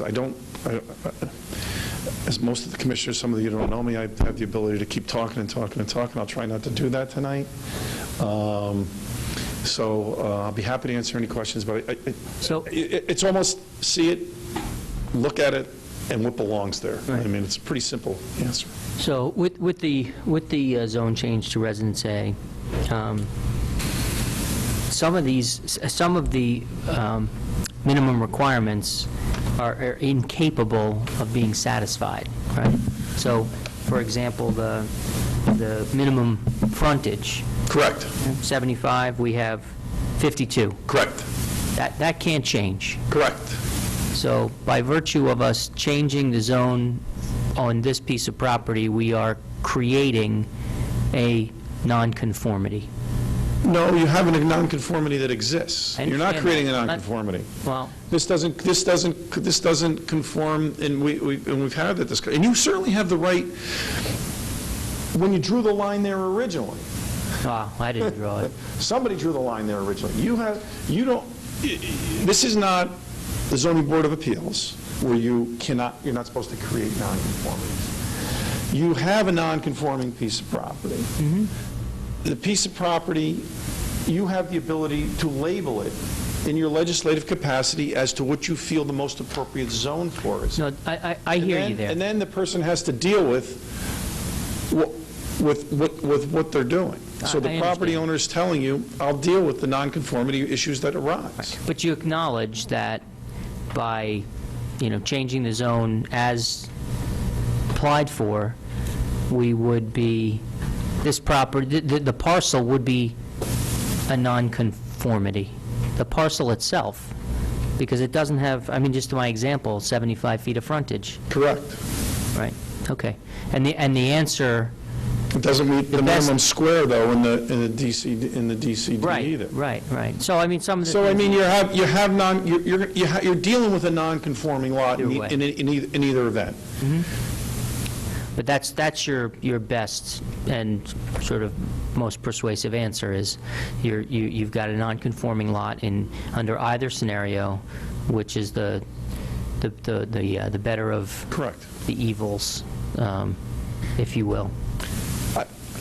I think you're just, at some point, you dial back, you step back, and you say, I got a blank slate here, what would I zone this property? And I got to tell you, knowing this commission, if you were doing your map changes right now, and you were starting with a blank slate, DCD would not be something you would think to label this property, because you would look at it and say, what uses in which zone would be most appropriate for this particular piece of property? Now, unfortunately, when we don't have the time to do that with every piece when we go and draw a zone map. But there's certainly highlighted exceptions like this that I don't think common sense tells me all the uses are permitted on the DCD zone. They don't belong on that lot. So then talk to me about the further anomaly that gets created with the small bubble of commercial that sits on your neighbor's property after we grant your request and exists in perpetuity. If I were him, I'd get my tail in here next and have it be residents, I like the piece next door to it. Well, why not I mean, do that he now? can't, now there's a situation that you want to correct. We asked if he would join our application so that we could correct him. He's got a split zone on a piece of property that's not conforming. So, I mean, these are things that just, when the overall map is drawn, the commission never would have drawn. I can tell you right now, I don't know anybody in this commission that would have said, the neighbor next door, you know what? Let's cut a little swath of his property and make that DCD, because maybe something can go there in one of those uses. It would never happen. No. So would I That's look not at... my question. I look at this as one step toward correcting what I believe is a mistake. Understood, but that's not really my question, because I'm more looking at what other problems, what problems are we creating? None, because he only owns 1,000 square feet of commercial property, maybe. He can't do anything with it. So it just exists as an anomaly in the zone map. It exists whether you approve our application or not. He's got a piece, and if you added it to our piece of property, you're still not going to be able to do much more with it. Well, arguably, someone could come through and, sort of redo the lines, and you could sell that sliver to lot number 433, so that there would be a rectangular shaped lot there that was all zoned DCD, potentially. I don't know. You're not going to get much, and it's not really going to affect anything. You have a split piece of land that, I'm sure Jim or I'm sure the staff, situated to my right, was probably scratching their head figuring about, what do we do with that piece of property? I can tell you what, I could bet a lot of money that that situation would probably get corrected the next time the town looks at the zone map, because you certainly strive to have consistent zones along property lines, and that violates one of your essential tenets. And also, if you're not looking to your own plan of conservation and development says we don't want to encroach on the residential neighbors. And I don't think pushing the commercial zone further up Sasko Hill Road is what this commission had in mind when they adopted the plan of conservation and development. Mr. Chairman, if you have... Commissioner Pinelli. Thanks very much. Hello. Is No, it's on. just leave it like... I don't know. Should I put you Yeah, in? you're good. I'm good? Okay, sure. I think I know. My wife does this. But anyway, thanks very much, Council. I just want to make sure I understand the questions to the issues about the lines have been well addressed, but I'm looking maybe just since we are acting in our legislative capacity and have to sort of decide what's best for the neighborhood here to understand what's going on. No, here's what I mean. You came before us, just so I can understand, so I can develop a coherent rationale for what I'd be doing here. You came, or at least your client came before us, they wanted to build an office building the neighborhood did not want. Is that right? Was that correct? Consistent. It was the one that was really modern, the white with the things that shot, right, okay. But it was variance-free. Sure. It wasn't a good, for the neighbors, they weren't really down with that, they didn't want it. Correct. emphasize this idea that, you know, who knows what some future mischief could be caused by, you know, leaving it the way it is. And now what you want to do, or your client wants to do, is basically get what they can out of the property by maybe constructing a larger home for the site. Was that a fair kind of rationale? That's where you want to go. Because otherwise, it would seem that you just leave it where as it is. You know, it's a residence. You know, it's a residential-looking structure. Kind of stay where it is. But by doing this, the reason for going through this, paying you, is so that then I would guess that you'd get a reasonable residential, you know, property, a house that would be more fitting for the neighborhood, and you could get a decent number if you sold it, right? Is that the idea here? Here's what, that's okay. My client wanted to do a mixed-use project consistent with your regulations. Right. Came before you with an application that needed no variance, 100% consistent with your regulations. Public outrage, long fight, this and that. We don't want the commercial. We don't want to run it up Sasko Hill. There's traffic problems. There's view problems. There's size problems. There's coverage problems. There's every problem you could imagine. I know that rationale. What's the rationale here? So we said, you know what? We hear you. Right. Makes sense. Right. We don't want to fight you. We'll make it easy. We'll turn it Residence A, put a single-family house there, nice views. Welcome to the neighborhood. What I'm saying to you is that the counter-argument I heard last time from counsel in opposition to this was that, why don't we just leave it the way it is? Everything cool, you know, that's you know, we have what we have, and why do anything? Why disturb the zoning? I'm asking you, your public good argument, it would seem, is that, you know, something down the line could be proposed like this one that the neighbors didn't like. I'm just asking from your client's perspective. I assume it's just that you're kind of defaulting to, you know, this is the best we can do to develop this property, and that's residential. Is that fair to say? It's nothing wrong with that. Right. Is that a reasonable rationale? It's the best use of the property. Okay, I mean, what he can do with it. Okay. Correct. No, I mean, this is what's befuddling to me, because you have people who were 100% against the commercial use. Now so we say, okay, fine, we'll just come back with the house, just like everybody else on Sasko Road. Well, that's not good either. So, you know, I think what happens is you have opponents who just don't want you to be able to do anything with your land, and that's not fair either. But in this instance, it's very simple. It's not much, it's not a really complicated issue here. The issue is, because one of the things, and there was no grand design, believe me, you saw what could fit within your regulations. You didn't like it. I don't think the commission I didn't get a real warm and fuzzy from the commission. I've been here more than once. So that fits. Some other commission may think that's the greatest thing since sliced bread. Right. So that's the trade. The trade, not to put words in your mouth, the trade is we get some security for the neighborhood, that we don't have to worry about another application like that, by allowing you to knock down this current structure and basically the current structure is not FEMA compliant.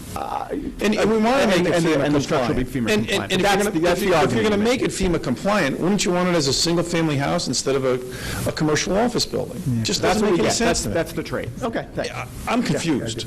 I got it. Commissioner Barrett.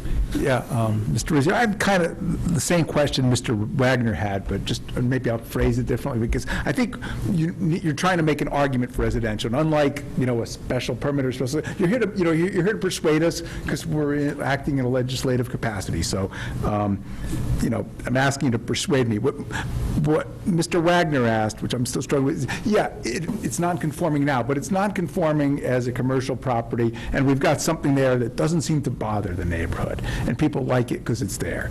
So to rezone it to residential, when you say the better use would be residential, you know, our regulations exist to determine the shape and character of what a residential property should be. Unfortunately, you're starting out with a property that its shape and character doesn't really lend itself to anything. It's an odd shape and odd character property. So when we say, well, it's non-conforming today, there are a number of dimensions of our regulations that it would not conform to. Sure. We would never subdivide a property and let something go in that doesn't meet it's the lot area, the square, the frontage, the setback from the sideline. There's a whole host of dimensions it doesn't comply with, as the chairman said. So I'm saying, why should we create a residential property with this shape and character? Because it's even more conforming, it's even closer to conforming than the shape and character of your commercial, of what you require in your commercial zones. You have, in the DCD, you have a 75-foot square. You have a 75-foot square in the residential A also. You have but I mean, and you also have all sorts of traffic issues. You have two-way traffic, you have parking size requirements, you have loading and unloading, you have multiple things that don't work for a small property. I'm shocked that we're getting any kind of pushback on this, because I've never... It's not pushback. If I decide to approve it, I want to be able to have something to go I think with, the that's all. commission has the ability. I think it's going to be, there's parts of it that would be non-conforming. Think about it also. In the DCD zone, you can go down to a 0 lot line. Nowhere else on Sasko Hill Road. Where's a 0 lot line? So you have established now better boundaries, better spacing, less coverage less coverage and intensity of use on an awkward piece of property. So, I mean, there's multiple reasons in your plan of conservation and development and just common sense in your legislative capacity that you could change the zone here. When you go to do your new map again some point, you're going to be having these issues all over the place. And you just don't realize it because you don't attack them one at a time. And maybe this is highlighted, but to me, I frankly thought this was going to be one of the easier applications I've had. I'm not saying it's not. I'm just trying to... Yeah, I think when you look at a property, you look at intensity of use, you look at coverage. Can it handle intensity of use? Can it handle all of those commercial... You got to remember, there's 2 pages of permitted uses under the DCD zone, and there's about a sentence under Residence A. So in zoning a piece of property, you say, is it adaptable to those uses? Does it make sense for those uses that we're labeling this property? I think if you looked at this and we had a blank slate and you're looking at Sasko Hill Road, everything but those 2 pieces of property on the corner of Sasko Hill and the Post Road are going to be residential. That's just the way you're going to do it. You're not going to certainly say, that spot right there, awkward little place, really narrow lot, I think that'd be a good spot for one of those DCD uses. You're not going to do it. It doesn't make any sense. I'm just stuck with having to make the argument instead of, getting cleaned up in your next map. No, I'm not saying... I would say that's a coherent argument, Mr. Rizzo, and I appreciate you making that for us. Any other questions for Attorney Rizzio on this? Okay. So I think that's it on the zone change. I mean, you're good on the... Yeah, I'm good. I mean, the commission understands what they're looking report. at. Yep. Okay. On the coastal, I think we're consistent with all the coastal policies. We've made all the changes, recommendations as were required, as were necessitated by the engineering department. I think it's been reviewed by Mr. Minkowski. I don't think we have any negative effect on Long Island Sound, and the plan before you is going to be a plan that will lessen any impact on Long Island Sound and create a FEMA-compliant structure for which presently doesn't exist. Thank you. Excellent. We're at it. Thanks. Does anyone have any questions for Attorney Rizzio on the coastal site plan? Thank you, Attorney Rizzio. You're welcome. Any member of the public wish to be heard on this item?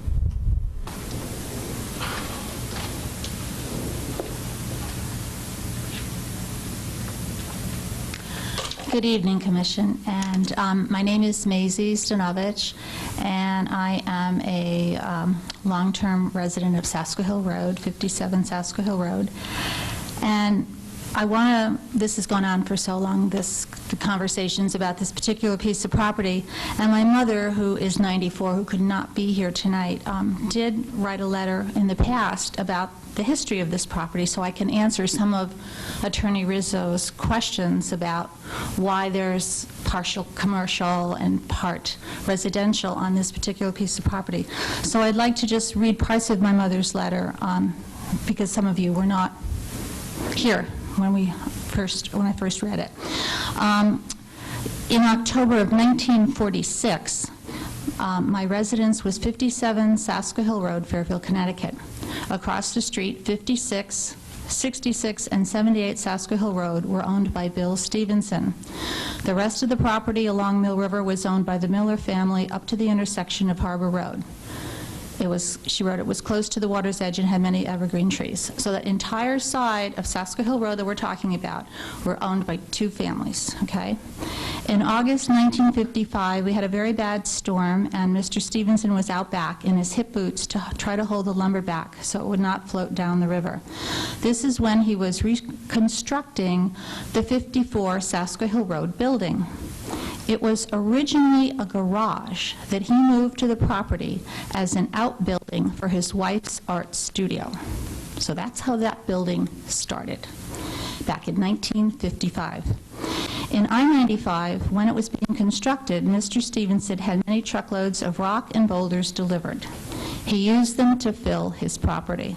When Tide Mill Terrace, which is right off of Sasko Hill Road, was being constructed, he had La Rosa Construction Company deliver him truckloads of fill. When the Tide Mill construction was completed, he remodeled and rented this garage building as a home to Mrs. Goodsell. Because of the constant flooding, she moved to 78 Sasko Hill Road. The building was again used as an art studio and for storage, not as a residence. In 1980, so now we're going back, 35 years, Mr. Stevenson sold 56 Sasko Hill Road to John Costello, who was a chiropractor. The small building became his chiropractic office.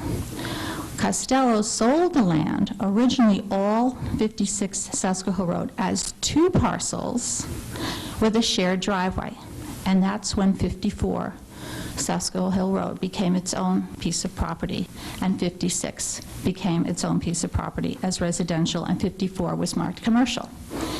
And I just want to add that if you look at the map of the town of Fairfield and you go along the Post Road, my basic understanding, and I'm not an attorney, but for so many feet in from the Post Road, there's a commercial zone, and there was a piece that was also commercial and or residential, and my understanding is that was supposed to be like the buffer area for people, so that you had the commercial on the Post Road, then it was a buffer, maybe 2 family homes, whatever, and then you really moved into the residential neighborhood. So all along the Post Road, on that side of the Post Road, you'll notice if you go on any of those other side streets like Lindbergh, et cetera, there are pieces of commercial property on the side streets right off the Post Road. And so this line was very consistent, and also, which I guess Attorney Rizzo doesn't realize, the property across the street from where he's talking, that's also zoned commercial and residential. So there's another piece of property on Sasko Hill that's got that double line. Okay.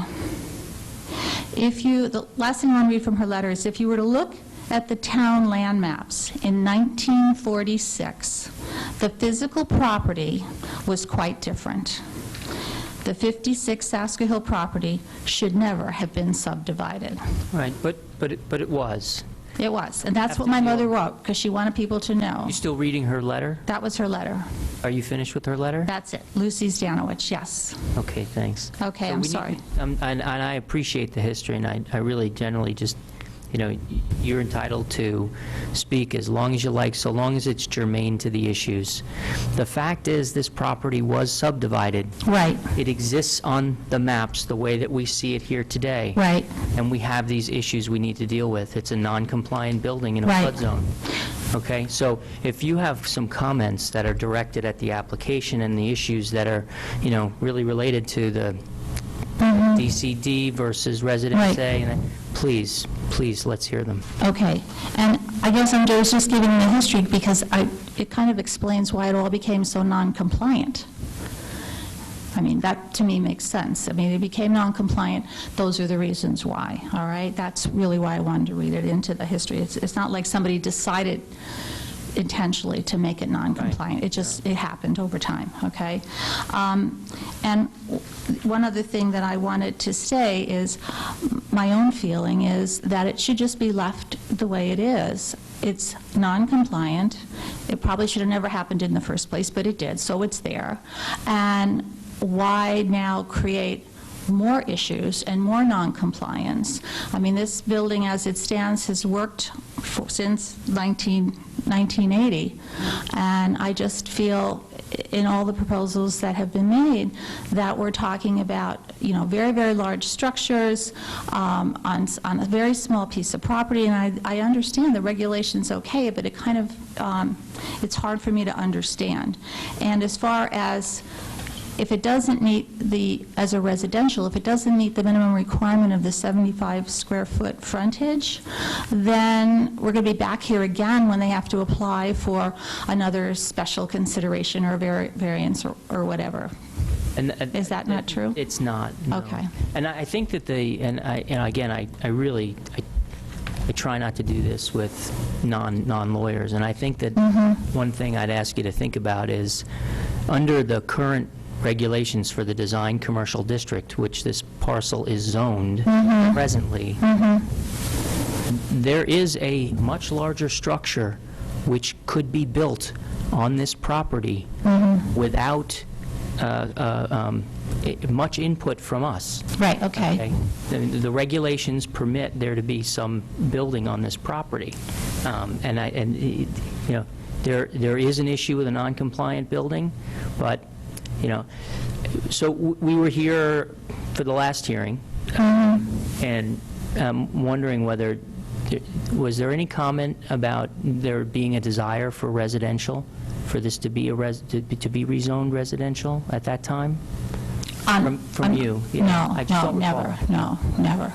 I've never asked for the zone, for it to be, it's commercial residential as far as I was concerned, just like the neighbors next door to 57 Sasko Hill Road, that property is commercial residential.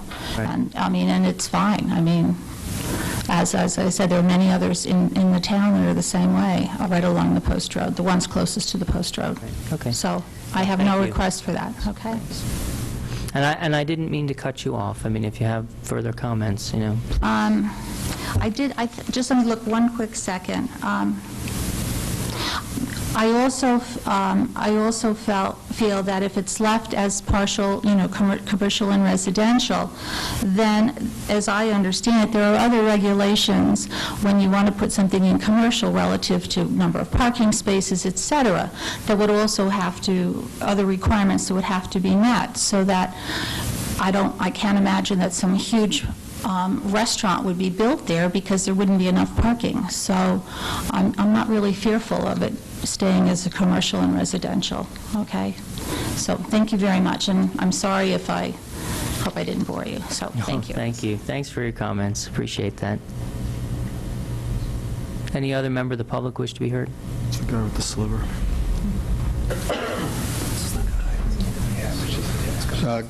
Good evening. My name's Steve Susik. I own the property adjacent to the applicant's property at, I own 56 Sasko Hill Road, which shares the border. I'm the guy with the little sliver. I guess I'll be left with a little sliver of business, commercial zoning. So when I bought the property, I knew a portion of it was commercial, and that's why, it was one of the things that I knew going into this is what I was purchasing. I just want to make one thing clear that Attorney Rizzo mentioned, was that 56 Sasko is a conforming lot. It does have a 75-foot square, it does have more than 75 feet of frontage on Sasko Hill Road, so it is conforming to a zoning as well.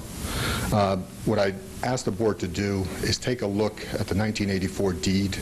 That is the document that subdivided these two lots. They were owned by one owner at one time, and they subdivided.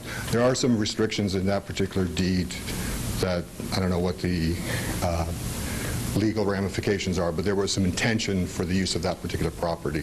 So, I think you had it in your documents from a couple years ago. If you would, it's got some restrictions in there that they had outlined, and I'm assuming the board had approved it back in '84 as well. One thing that I presented 2 months ago when we were here, that the current drawing, which was updated earlier this month, does not show the right-of-way to both of my parking locations that I have on my property, because I have the right-of-way on their property for usage for my driveway, for my garage, and also a parking lot, which is probably about 100 feet or so or more deeper into the property as well. Meaning that, it is identified as the existing driveway, but it's not identified as an easement in your favor? Down here, this is an existing paved parking area. I do. Go down, and that's never been presented on the drawings, and before you make That's on your property. No, that's on their property. I have the right-of-way on their property to access my parking area, and also, let me show you. So, come up here and show me what you're talking about. In the So, lines right here. I see the existing drive here, but that's your property, right? Right, but I have access. But by means This of right this here. existing driveway, correct? No, comes down here. See, I have. I'm pretty sure. Yeah, no, but I think that's what it is. Yeah, this and this, basically. This and that. Yeah, see, so just to be sure, it's this existing, and then this is what it is? This is the paved driveway. It extends all the way down here, and this, I have, this here area is my secondary parking spot. I see. Okay, which I need access to, so my right-of-way goes all the way down here. What they're showing here is a stone wall, which would prevent me from using this area. There's a large oak tree right here. So, So right now, the deed from 1984 says I have access to the driveway and also a parking area. And you're saying the stone wall would block your access? Correct. So so for us to approve this is to impact your property? As shown on this particular map, that's correct. As designed? Right. Let's see what he's talking about. I know we mentioned this 2 months ago as well. Right, I remember. So, any questions for me?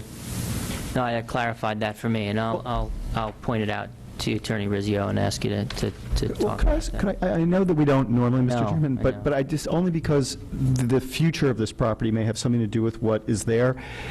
You pointed out, though, that your property that has a sliver of commercial on it was a consideration when you purchased the property, and that the property you own has the frontage, for example, both under the commercial and residential regs, to build as of right. Yeah, I mean, when they You have 75 square feet, Yeah, when they 75 feet of frontage, et cetera. I believe when they subdivided back in 1984, they made the residential house conforming.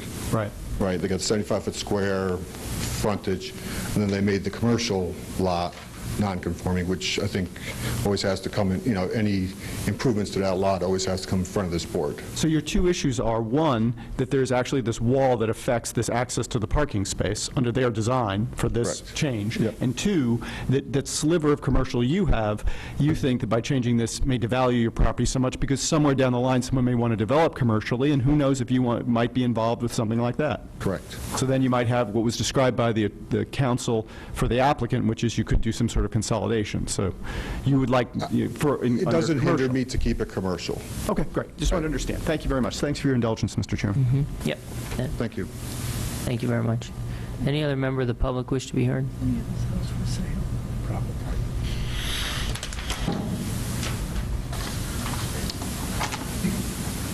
Good evening, Mr. Chairman, members of the commission, staff. My name is Joel Green. I practice law in Bridgeport with the law offices of Green and Gross.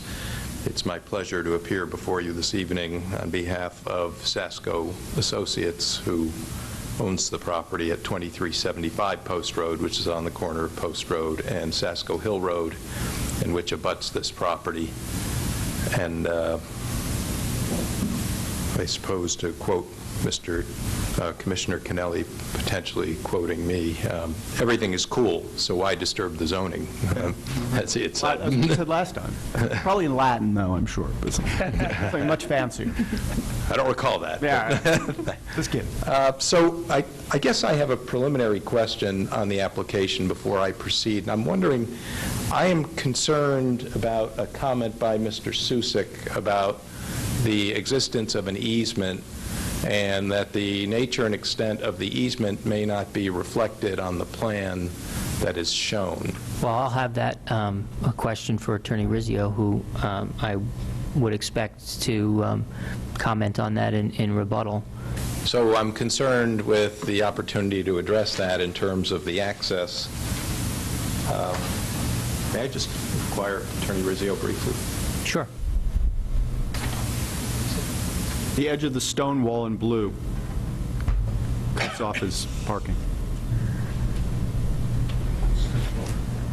way up here. It says an access easement in favor of Sasko Hill Road, right on the map. So, Mr. Chairman, my recollection, and I don't have deeds with me, I think I may have submitted them to the commission with the last application, was that there was an easement created in favor of 56 Sasko Hill Road, but I note that the boundaries of the easement are not depicted on the map. Well, I don't see any easement specifically identified here, even though there's an existing drive. It doesn't say easement, it just says existing drive. Well, what he's trying, you have a curve Easement, in- yeah, no, it does. You yeah. said- And it's within these lines in the existing drive. So, Mr. Susik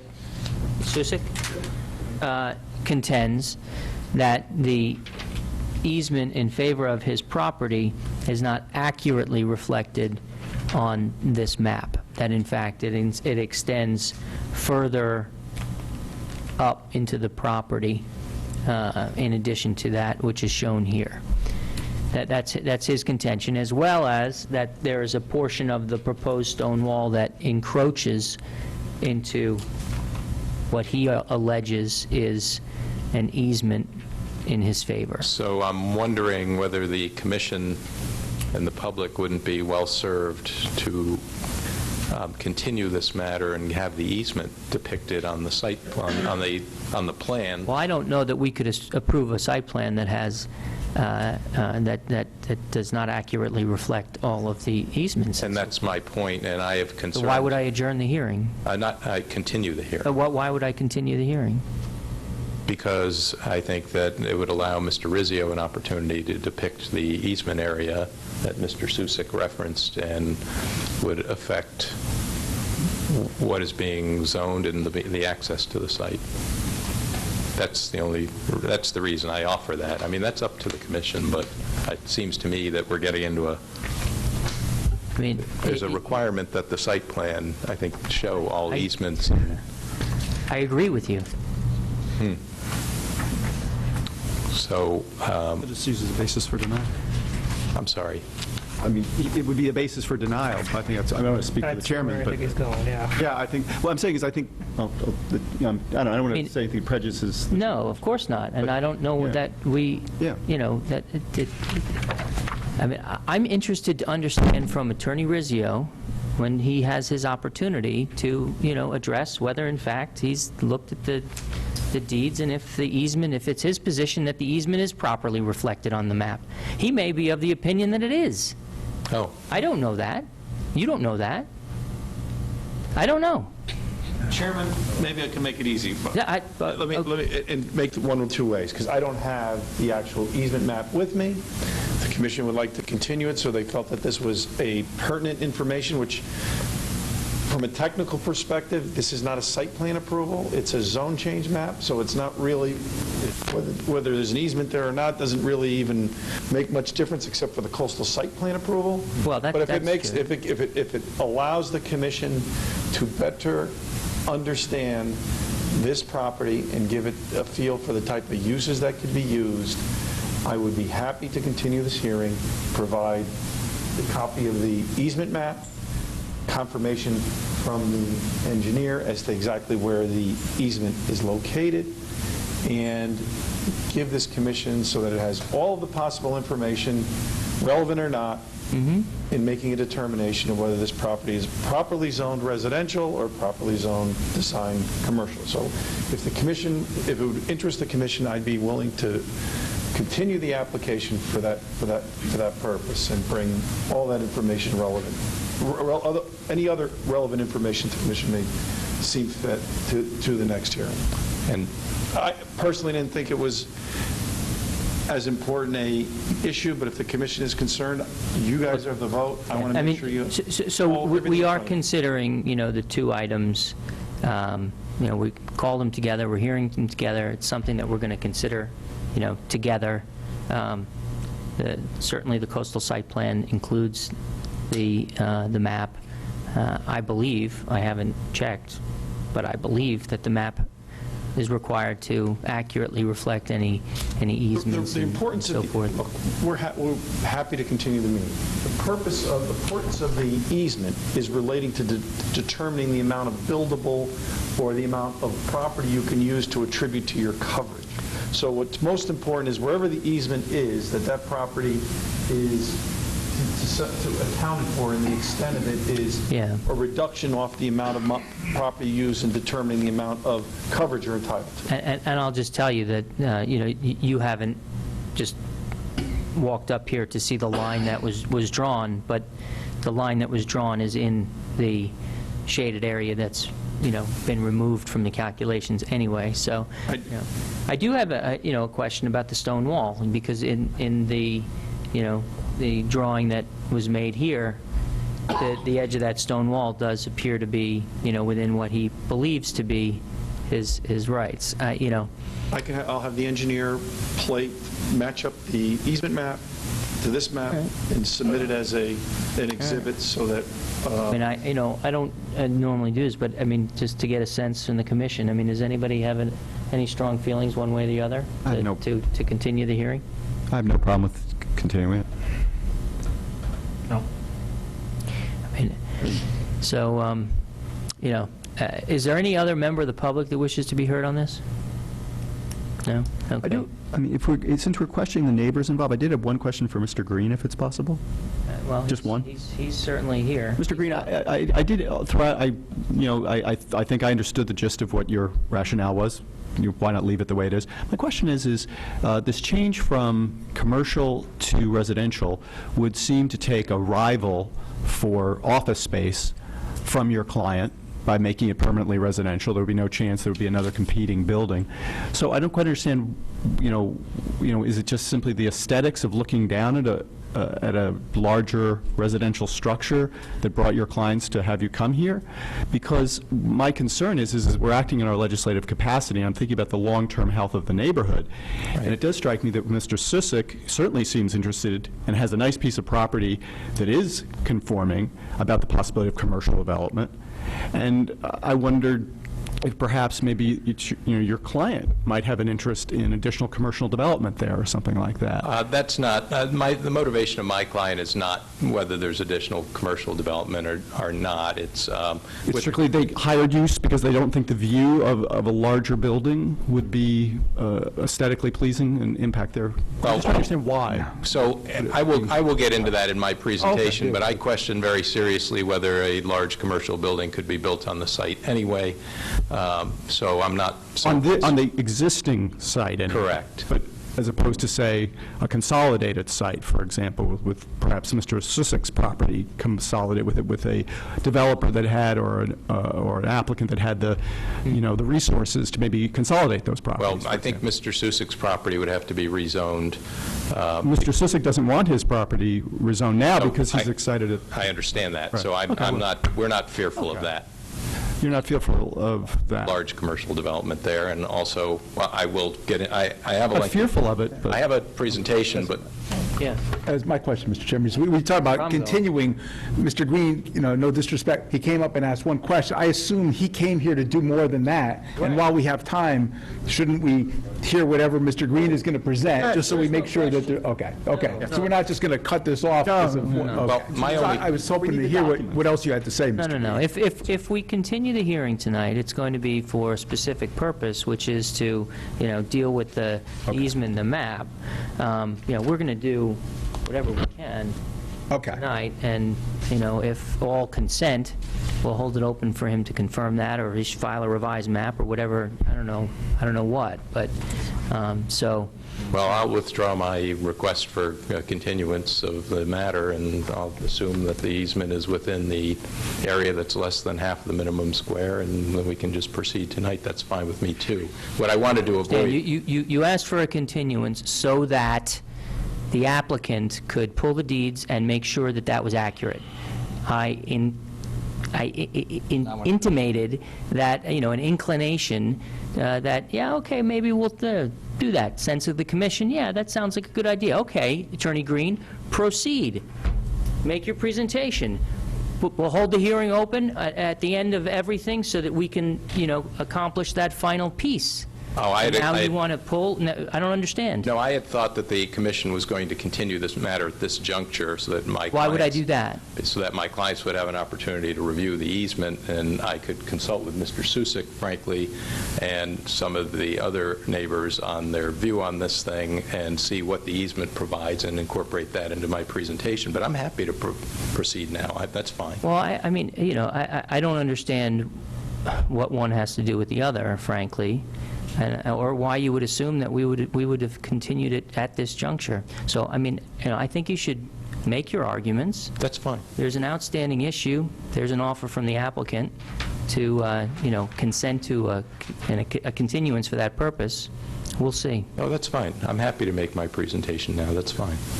So, first of all, I wanted to speak to the history of what has happened with respect to this site recently in the applications. And in fact, the applicant came in with a building that was a mixed-use residential and commercial building, and the applicant actually withdrew the application. This commission didn't provide, as I understand it, any decision on it, such that I don't think there was any pushback or feedback. I think what happened was that I was retained by the Sasko Hill Neighborhood Association on that application. I pointed out a number of infirmities with respect to that application at the time of the public hearing. We ran out of time that evening. The matter was continued to a later date. In the interim, the applicant withdrew it. And amongst the features that I pointed out was the failure of the applicant to, for example, net out that portion of the site, which was less than half the minimum square. I pointed out that the setbacks were inadequate. The parking was inadequate, improperly located.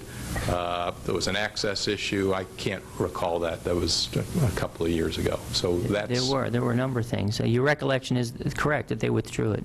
Right. So, and then the applicant next came in with the proposed residential structure, but once again, there were some issues with respect to that development.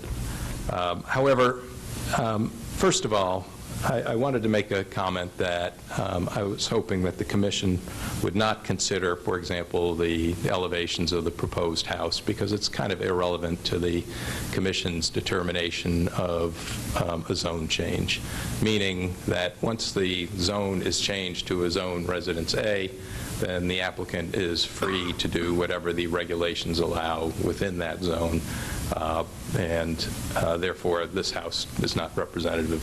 Whatever was shown is not representative of anything. I haven't studied it closely. So once again, as the Commission has referenced, you have a wide degree of discretion in acting in this legislative capacity, and there are still some factors that you need to consider, but once again, you have a great deal of discretion. And I guess my question is, what is the planning function that is being achieved here with respect to the proposed rezoning of this site? Is the present use of the site problematical to anyone other than the applicant? Well, you've heard from several of the neighbors, and everyone, my client, Mr. Susick, Ms. Zonovich, I mean, the consensus seems to be that everyone is basically happy with the status quo. So I'm not sure where the planning function is. There was a discussion about the fact that access is solely from Sasko Hill Road. Mr. Rizzio discussed that there is a commercial use. I don't happen to think that there is a threat of a large commercial development on this site. I think that there are some natural barriers to that. First of all, you have a pre-existing, or non-conforming, rather, use. Mr. Rizzio was good enough to provide this comparison, and at the moment, the site appears to be non-compliant in two respects. One, it doesn't meet the minimum lot area, and it doesn't meet the minimum square on the lot, I suppose the minimum first floor elevation is inadequate as well. But if you were to rezone it to Residence A, it appears to be a lot that would be non-conforming in 5 respects. And that would include that the lot area, once again, is too small, the minimum square on the lot is not met, the minimum lot frontage is not met, so that's a distinction from the DCD. The minimum setback from the property line of the existing structure is not met, and once again, the base floor elevation, first floor elevation is non-conforming. So by rezoning it, you would create a more non-conforming situation. I would suggest that that's something that the Commission should avoid unless there's some compelling reason to do that. So the only reason that the applicant's really here is because they have an opportunity. Presumably, they either have or have the right to acquire this site for a fair market price. Presumably, they could sell it in its current state for a fair market price. And all the applicant is really seeking is a development of this site. And there's nothing wrong with that, but the fact is the site is presently usable. It's usable as an office, which is a low-impact use. It's been used for many years. It's kind of an iconic site. You see it from the bridge. It's unobtrusive. It exists there, and I think that is what's motivating everyone to kind of say, we're basically happy with what it is. As it is non-conforming, it's a non-conforming lot. It's too small. It's the wrong shape, and there are a variety of other infirmities. I don't think that there's any risk that this site will be redeveloped for any more intense use. I don't think there's any basis upon which a variance could be granted to take this non-conforming site, which already has a legally existing, perfectly usable non-conforming building, and to expand that. There's no hardship presented, and I understand that I'm in the wrong ballpark with talking about hardship. Don't you think that being non-FEMA compliant is not a hardship, is a hardship? All right, so you raise FEMA compliance. I don't think that anyone has a problem with raising the base floor elevation if the building floods. So that would be potentially something for which a variance could be granted. I know that my clients, I don't think that anyone has an objection in the neighborhood to raising it to base flood elevation if it eliminates a problem that's affecting the structure, so that's fine. Your argument is that that should not be an opening, a door opener for them to seek greater variance for the property. The law is pretty clear that you can't, once you get a variance, it doesn't mean that you can build anything you want. Well, no, of course not, of course not. Yeah, but if you were to seek, yeah, I understand. Yeah. So, so I seriously question whether the site can be developed in a more intense way. But more significantly, if you keep it as a design commercial, the structure can't be changed without the applicant coming to this commission for a special permit. If the use is going to be changed, the certificate of zoning compliance is required. Once again, the applicant is coming to this commission, and I believe it has to meet the standards set forth in 25.7. So there are a lot of protections to keeping it as a design commercial as far as we're concerned. And certainly it is a challenge site in terms of traffic. It is a challenge site in terms of access. I think you heard about that on the first application, and the fact of the matter is that traffic does back up on Sasko Hill Road in the morning, in the evening, and the sight line is not great. There's not a great deal of distance from the intersection, so it's not ideal in a number of respects. I think you heard a lot about this on the One Sasko project, too, in terms of the challenges of the site. So I think that I don't think that anyone is threatened by the notion of keeping it design commercial. Now, in terms of consistency with the plan of conservation and development, the applicant seems to be pointing to this one section that talks about avoiding commercial encroachment in a residential zone. Well, it's there. I mean, this lot, it's not a further encroachment. It's an existing commercial use. But it's a relatively low-impact use with this office building. But really, there are other policies in the Southport District, and once again, as you recognize, this is the northeast corner of the most northeast corner. In other words, the district line is literally Sasko Hill Road, I believe, and Route 1 there. certainly Sasko Hill Road. It is on the corner of the Southport zone, so it's not The line goes up, I believe, across and over. by the train tracks or Yeah, something. right. Okay. But so in any event, it's pretty close. far. Yeah. Pretty close. So there are policies in Section 2, Roman numeral, or it's 11.3.7. Development along the Post Road corridor should be encouraged to reflect architectural features that enhance the visual appeal of the commercial and adjoining residential areas and help create a sense of place. Due to nonconformity of existing lot and structure, the present design of commercial development and redevelopment should include the following architectural elements common to the area: use of brick or clapboard, low building profile, and so forth, an appropriate scale. So in a lot of ways, this site still meets the sort of objectives, and I just don't think that it really matters greatly whether the driveway to this site is on Sasko Hill Road or not.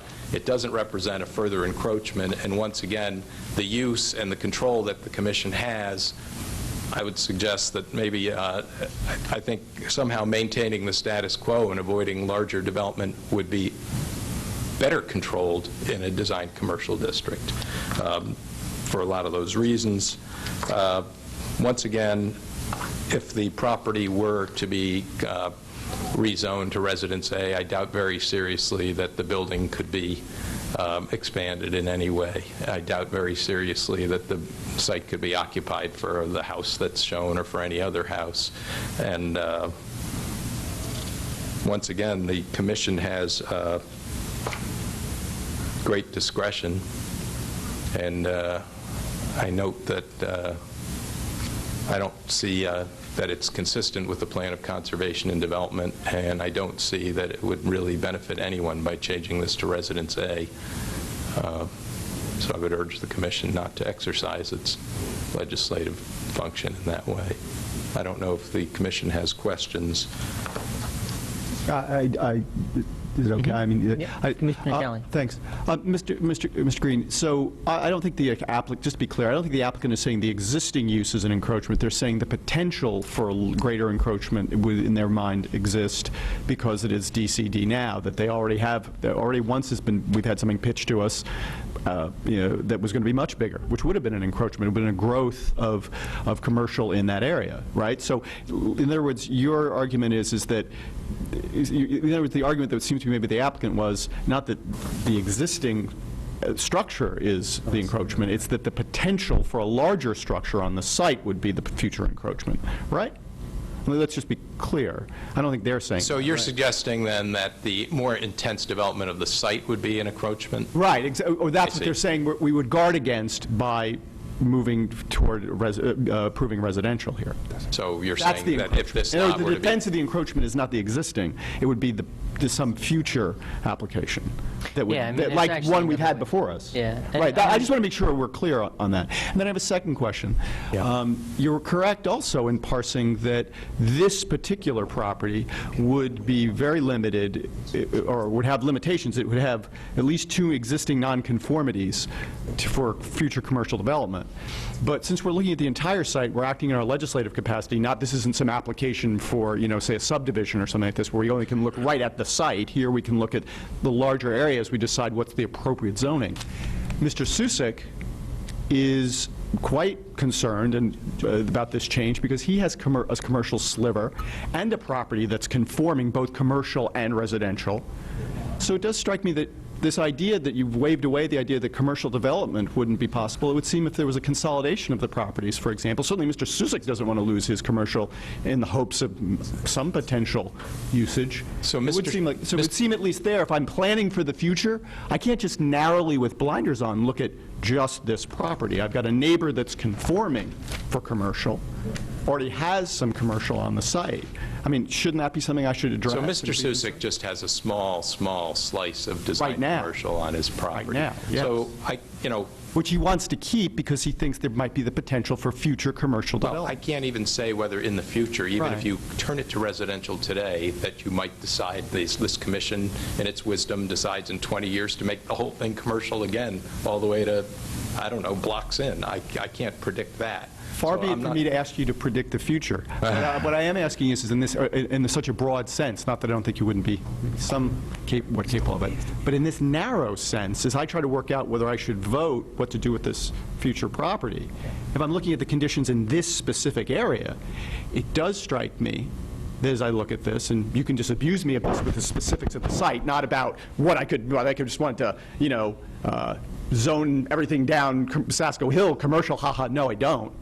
But Mr. Susik's property and the applicant's property together, it strikes me, if the applicant's property stays the way it is, could be the basis for a fairly significant encroachment of commercial development on Sasko Hill Road. But isn't that with true? Perhaps a better represented, more thought-out application. So Wouldn't it be? So you raise a good point, but I would suggest that's true anywhere. Anywhere this commission could decide to expand the commercial district in one lot into a street. You have this specific area, and I want to press you here, and this isn't a debate. You can press me, It's what that's I fine. lose, but I'm saying, when I look at I'm just asking you help guide me and help guide my colleagues about how to use our legislative capacity here. If one of my concerns was for this neighborhood, that eventually some sort of significant commercial building could be built right in that 56, 54 area, and I don't want that, that maybe letting this stay the way it is might be okay today, but if I really want to be the guarantor that some sort of eventual reasonable consolidation could go on these two properties. I'm not talking about 10 properties. I'm not talking about all over town. I'm talking about 56 and 54.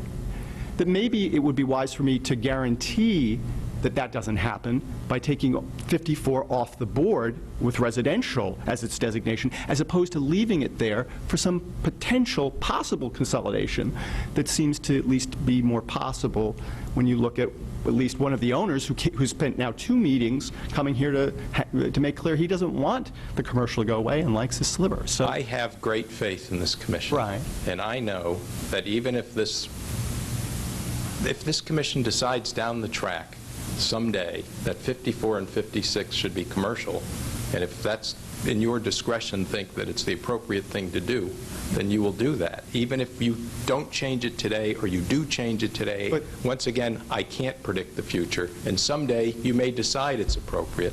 But what I'm saying is right now, it's not appropriate to take a design commercial district piece and turn it into Residence A, where it does not, by the definition of your regulations, constitute a building lot. It's not a building lot right now. So what you're doing right now is you're being asked to take a small piece of property, to rezone it, and it's not even a building lot.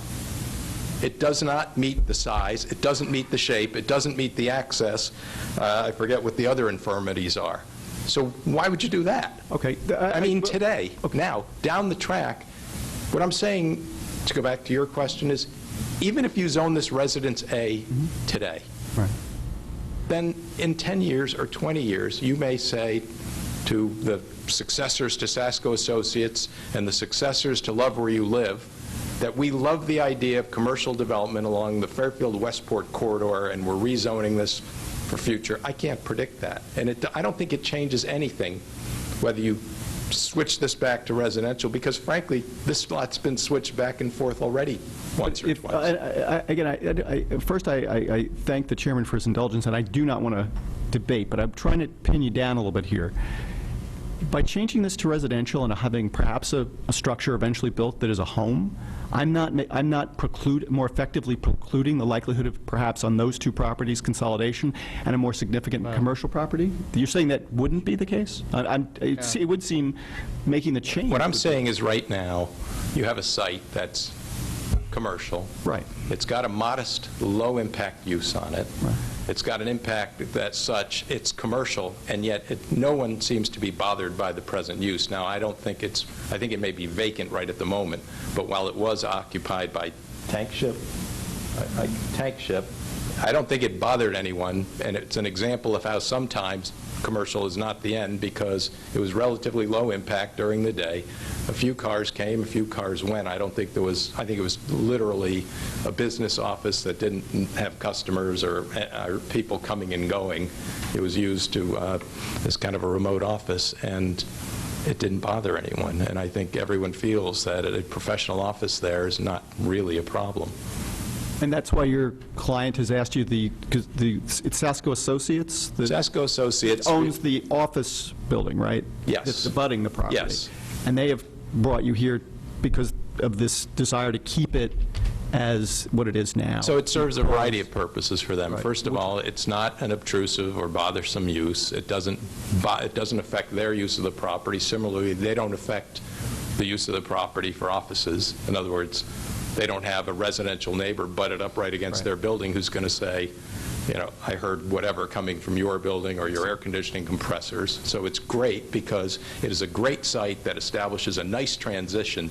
As it is presently used, it is the perfect transition between commercial and residential. Mr. Susick did not complain about the current use of the site. No one's complaining about it. It meets that, and it perfectly meets that section of your special permit, or 25.7, in that it establishes a beautiful transition between areas of different character. And the other factor is that if a house were to be built that, once again, looks like that, and I seriously question whether this residential use can ever exist on this site, it blocks views of offices, it blocks, and for purposes of your coastal area camera view, it does block certain vistas, views of water resources, which is one of the objectives. I noted that. That box was checked off that it doesn't do that, but I believe that it does, because it does block views of the water course and of the water from my client's property. But Did you go before the inland wetlands to make that point, or? This is not, this is tidal. So tidal? It's not, Okay, so it's not affected in that way. Yeah. So it's interesting because it's on a creek and it's, but apparently it's classified as tidal. So the point is, you know, where I started this presentation is, your quote was perfect, because as far as everyone in the neighborhood and everyone around it who would be affected by it, everything is cool with the current use. So I don't think there's a problem, and the only driver here is the desire of Love Where You Live to redevelop this site that they either bought or are going to buy, and for them to make a profit. And I'm suggesting, while it is the holiday season, it's not the job of this commission to give out those kinds of gifts, and I think it would be a gift. And really, I think the better course is I mean, keep everything as it is. And I think it's well within your discretion to do that, and I think it's a wise choice. And I also say this, it's up to you, it is your discretion. I just don't think that, generally speaking, the use of this lot is going to change dramatically. It's non-conforming in every respect. I mean, in many respects, either way. Very good. So I appreciate your hearing me. I don't know that that anyone's claiming that the easement is outside of the that area that's the area that's exempted due to being too narrow. So I'm withdrawing any request for. You know, I had made the request to the commission. Under the circumstances, I've made my presentation. I suppose that this would be something. Very good. Does anyone else have any other questions for Attorney Green? Thank you very much. I want to wish you all a joyous holiday season, and thank you for your patience. Thank you. Any other members of the public wish to be heard? Yeah. Attorney Rizzio. Chairman, somebody's notes. I don't need these. I'm tired of this, so I'm sure you guys are tired of this. Raymond Rizzio for the record again. You have to understand, we're here for a zone change. We're not here, as much as it's a zone change, it's a matter of, if you had a blank zone on this piece of property, what would you make it? This is just I feel sorry for my client because they're trapped. You know, Mr. Green represents a different set of clients, which was the, I believe, Sasko Hill Road Association. We're dead set against the other application. So they said, you know, can we make, if we make it Residential, you won't have a problem. No, they won't have a problem, but then you get a client who's on, no, you get a different client, but he has a problem. That's not his... Let me, no, because I'll tell you what ends up happening here. That's not his fault. You end up in a trap, is what you end up in, to a property that you can do nothing with. Well... Because, listen to me. I'm sorry, I apologize, Chairman, I didn't mean to do that. I'm just kidding. You have a situation where you, and I do apologize, it's just this project is frustrating because there's an ability to just thwart anybody to do anything. The property needs to be made FEMA compliant. The property's made FEMA compliant, and it's a office. And the staff can correct me if I'm wrong. It will be a change, which would take it through the whole special permit process, where it'll be held up again, and any change that is done will be objected to because it really shouldn't be commercial. We would end up having to get variances. Getting variances, even though they're FEMA compliant, you end up in a situation where you're going to have the building higher, it's going to block somebody's views, and we're going to end up in a situation where this thing's going to be opposed. It goes to residential. The least possible intense use of this non-conforming site, I would think everybody in this building would uniformly say would be a single-family residence. Take a look at all your uses that are permitted under your DCD zone. I'm not sure about that. I mean, I don't want to argue with you and be confrontational, but you've had, you know, a couple of people come up here and testify that the property hasn't been used. Correct. No, that the historical use as a commercial non-conforming use has not been problematic for that particular tenant. But just keep in mind, you have situations where you have a coffee shop. Fair enough, but I don't. That's and then you have, and Starbucks comes in.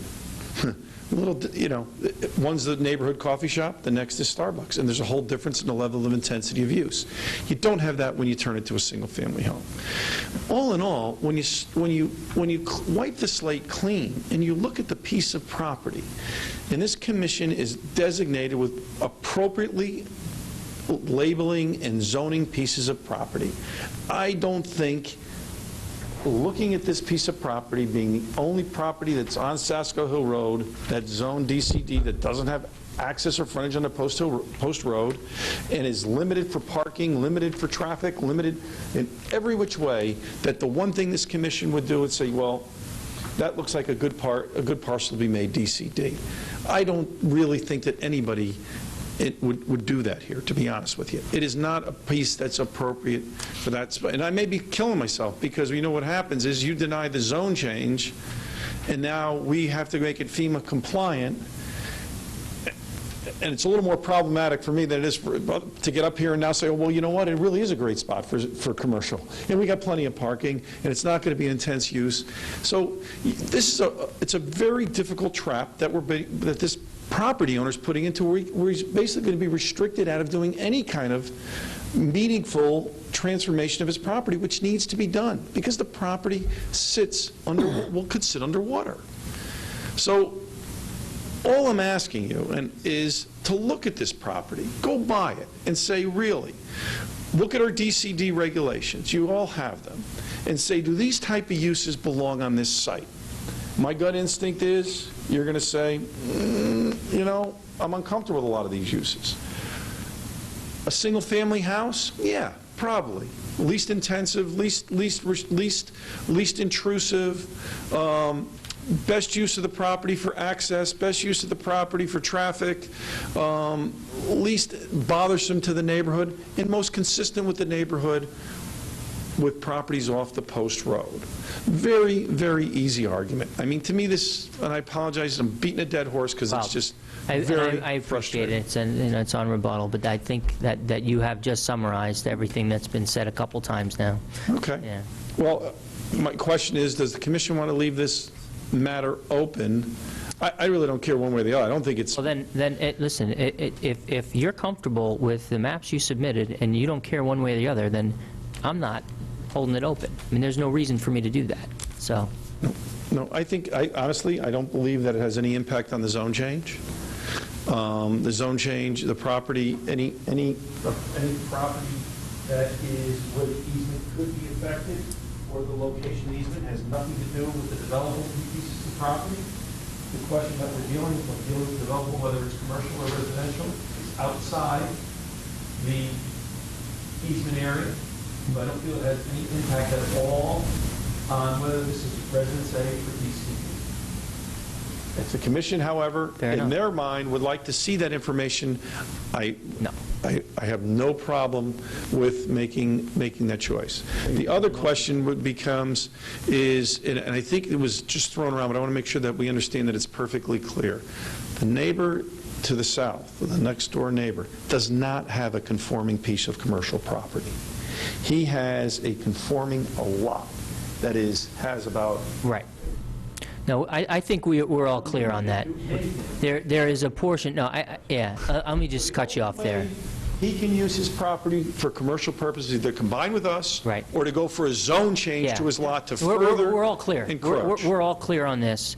It was not suggested that he has a conforming lot in that sense. No. But he's got site frontage and other variables to his property which are a conforming Residence A lot, and by virtue of them having a little strip of the commercial, there could be something that arguably, but it would need a zone change. I mean, yes. And in summary, got it. this property has not been used since the storm. This property needs to be rebuilt. This property needs to be made FEMA compliant. We need a vehicle with which we can make it FEMA compliant. We do not believe that the proper vehicle would be to leave the property DCD and come in with some alternative commercial use of this site.